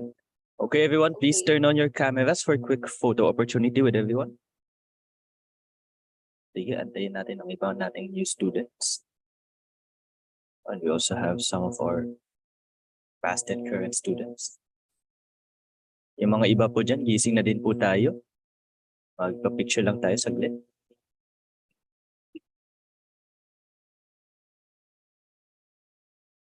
And we still have students turning on.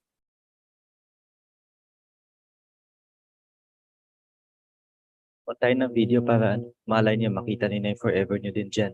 Ay. How about the others? Okay, we have 3 pages and you won't know which one you are, so just smile for every single picture.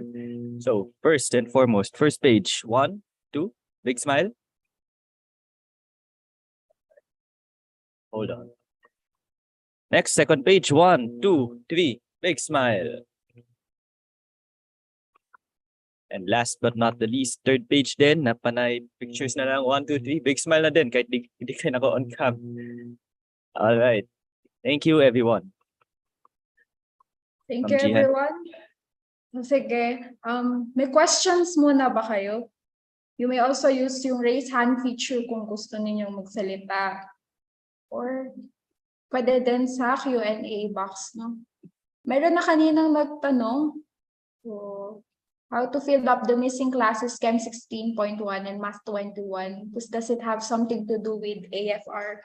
If so, how to avail or consult for this?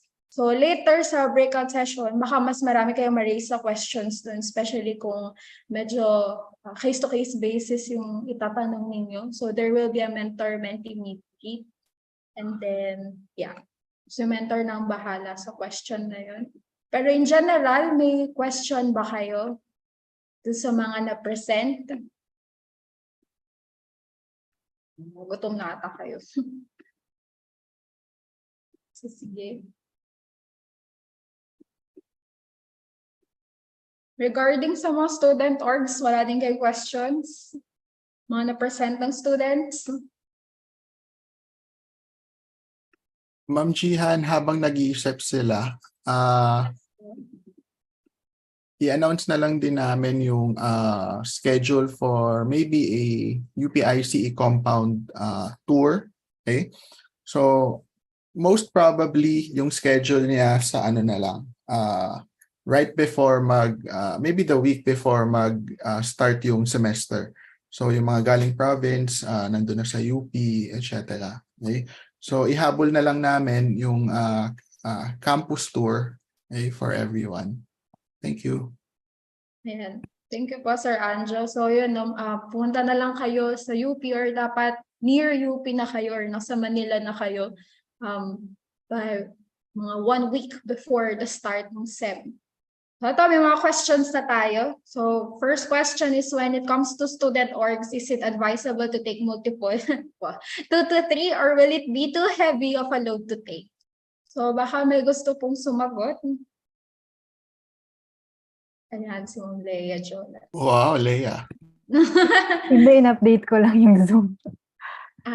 Sige po. Wala akong org nung undergrad, so I cannot answer that question. Okay po. So, baka from the students. Sige Ako po, na lang. Sir Anjo. Asa na ulit yung tanong? Nasaan siya? When it comes to student, when it comes to student orgs, is it advisable to take multiple 2, 3, or will actually ikaw makakasagot niyan.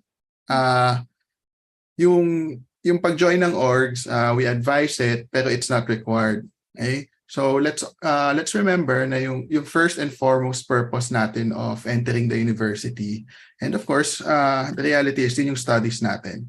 So maybe once na you get a grasp of UP life, that is when you can decide if kaya ba ng schedule mo, okay? Kaya ba ng finances mo, okay?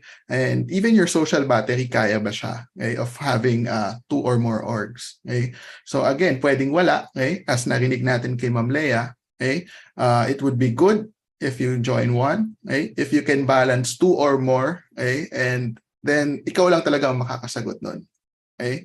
So before you commit to an orgs, okay, dapat certain ka din doon sa status mo as a student. Thank you. Thank you po. So for our next question, are there any tutorial services, maybe within the student orgs or offered by the institute? Meron For the institute, wala. Okay? As na-mention natin kanina, you have the option of doing consultation. Okay? So if that's what you mean by tutorial, then so be it. Okay? But I think the orgs can speak about this topic. Okay? May gusto ba? Okay? Well, sige, ako na lang. Some of the orgs nag-host sila ng review sessions right before certain major exams. Okay? Certain sessions, minsan exclusive for their members. Okay? So yun yung perks of joining the org. Okay? But there are also sessions na ino-open nila to all CE students. Okay? So as part of their service projects. Okay? So I hope nasagot yung part na yon. So, sige, baka may gusto pa bang mag-share? Kanina, nakita ko si Megan. Ayan, si From Agre. Ayan. Sorry. Regarding tutorial services, I know that both orgs also provide services. For Agre, what we have specifically, sometimes we have internal, which is called AgriViews, that's what we call it. We have internal and external AgriViews. For some, just by the name, internal AgriViews are only, we offer some subjects, but only within the members. Then we also have external ones that are offered to like people within the college or even outside the colleges. It really depends on like the demand for the subjects for what's needed. Like if the members, sometimes you put out posts, what subjects do you need more? And if a lot of people go for this subject and it's within the org, then most likely it'll be within the event so that it's like not too hassle in preparing all the materials. And yeah, it's mainly it. Thank you. Thank you. For the next question, I heard po na CE1 was taken in first sem sa previous years. Sa second sem na namin po ito take. Thank you. TY. So, sige. May gusto po bang mag-reply? Si Carlo. Ako na lang siguro, Ma'am Jihan. Thank you. We've been instructing the previous batches of students to take CE1 during the first sem since we had to adjust the academic load that they were taking due to the shift to remote learning. But now that we are slowly shifting back to the to face-to-face setup, we are now going back to the original curriculum, which is what was presented earlier, wherein CE1 should be taken during the second semester. So that is what we advise you guys to follow as well. Thank you, sir. So for the next question, last question as of now. Good morning po. Unfortunately, I was unable to secure a block as well as any classes. I was hoping to get a remark from an advisor as I'm getting nervous na rin po kasi ayun nga po, wala pa rin akong classes na naka-enlist. But until now, none pa rin po nakalagay sa advisor remarks. Paano ko po malalaman kung sino pong advisor aside sa akin and what should I do po in my situation?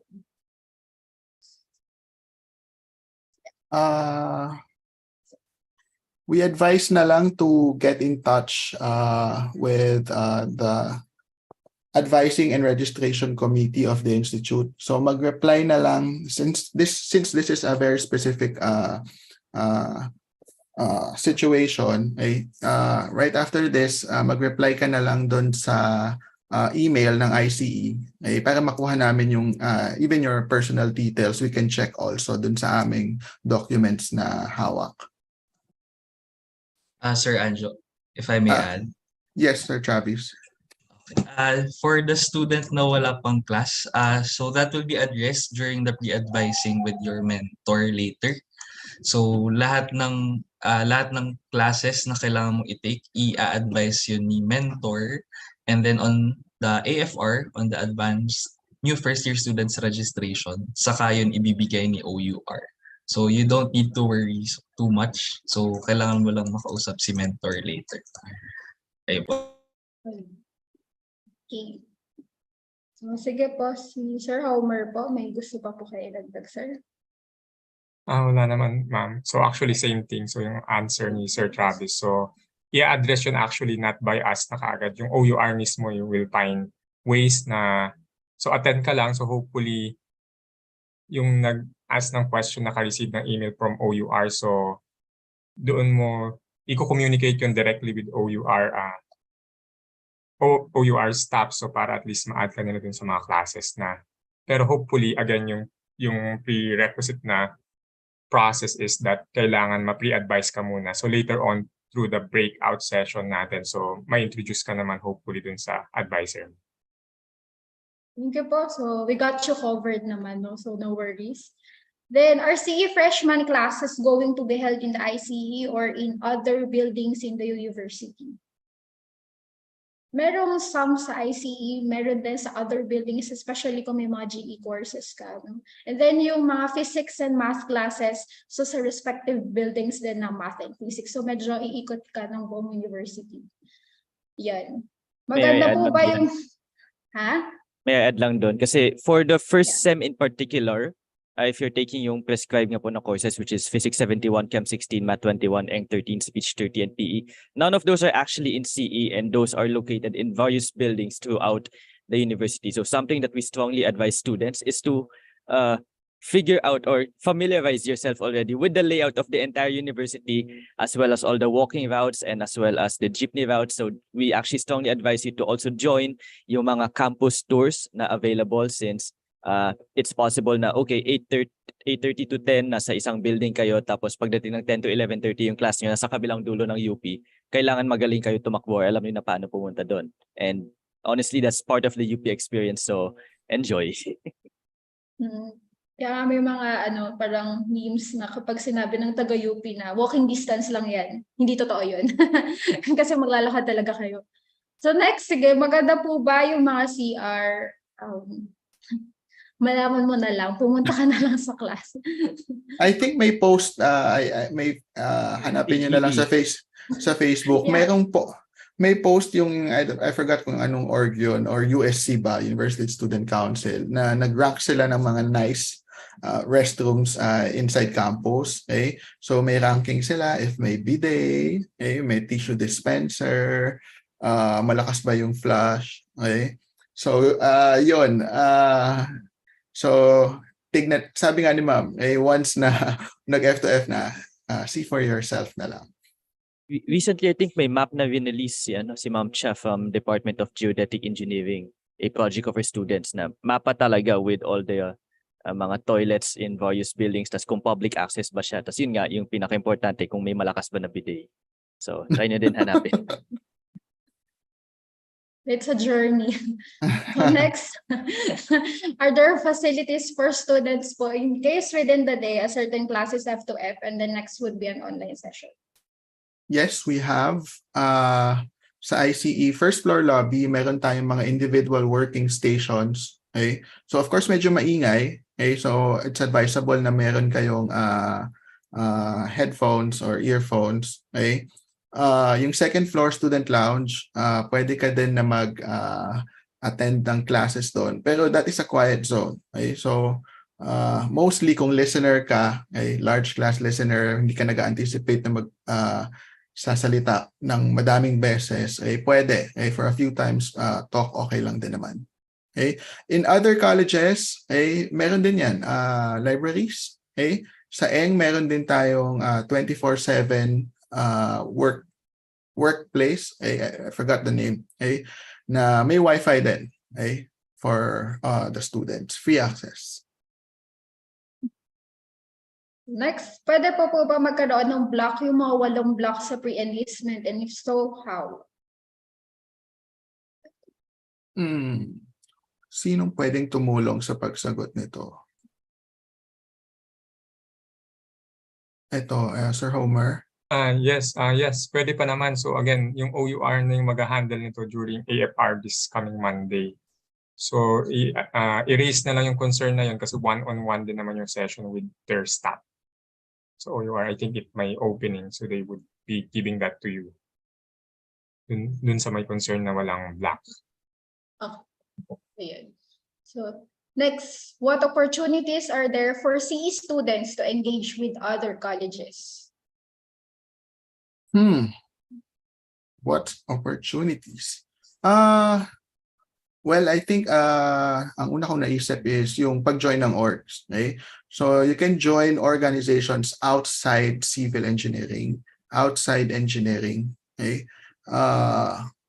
Yung specific mismo sa interest nyo. Okay? I think that's the most straightforward way to engage with students from other colleges. Ano pa ba? Sir Anjo. Yes, Yeah, sir. kung hindi pa sila aware at this point, maraming iba-ibang klaseng orgs, no? So may mga regional orgs pa nga, di ba? So if you're from Bicol, if you're from Iloilo, if you're from Cordillera, so may mga regional organizations, no? And then of course, may mga university-wide na organizations, like for example, ISEC yata, yung mga ganun, di ba? So, and then other organizations as well, no, na tumatanggap ng members from all over, no? So just try to be discerning din, no? Kasi syempre ngayon excited ka, uy, 4, 5 org, no? Pero pag pumasok na yung mga ACADS natin, baka mahirapan na tayo, no? So, and of course nasa iyon, katulad ng sinasabi kanina, kung kakayanin mo yon. If you know how to manage your schedules, no, and know your priorities, no, then perhaps, no, you can engage in multiple organizations. Silent na tayo dun sa mga Greek letter organizations muna. Sige.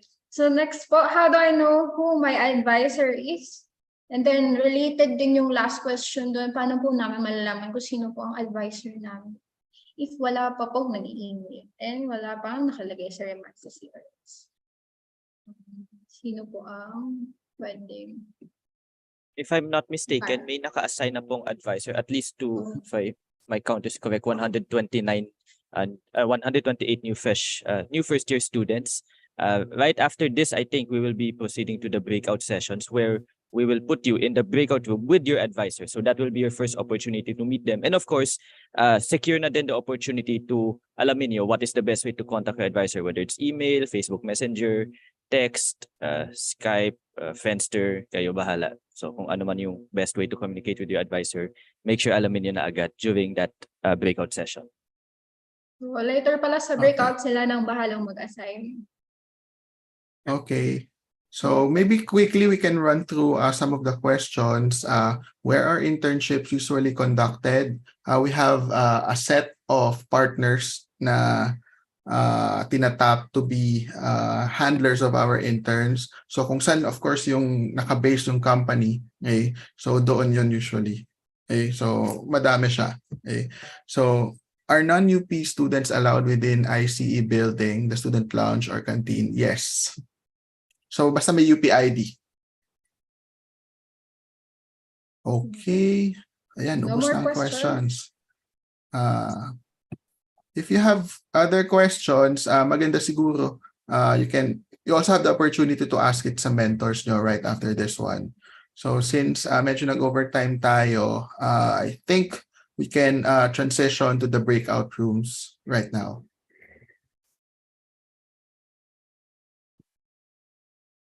Okay ba? Ayan. Okay. So students, kung na-notify kayo to join the breakout rooms,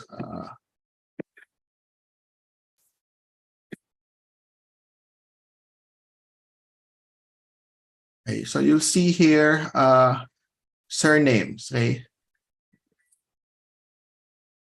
So join na lang kayo based on your surname.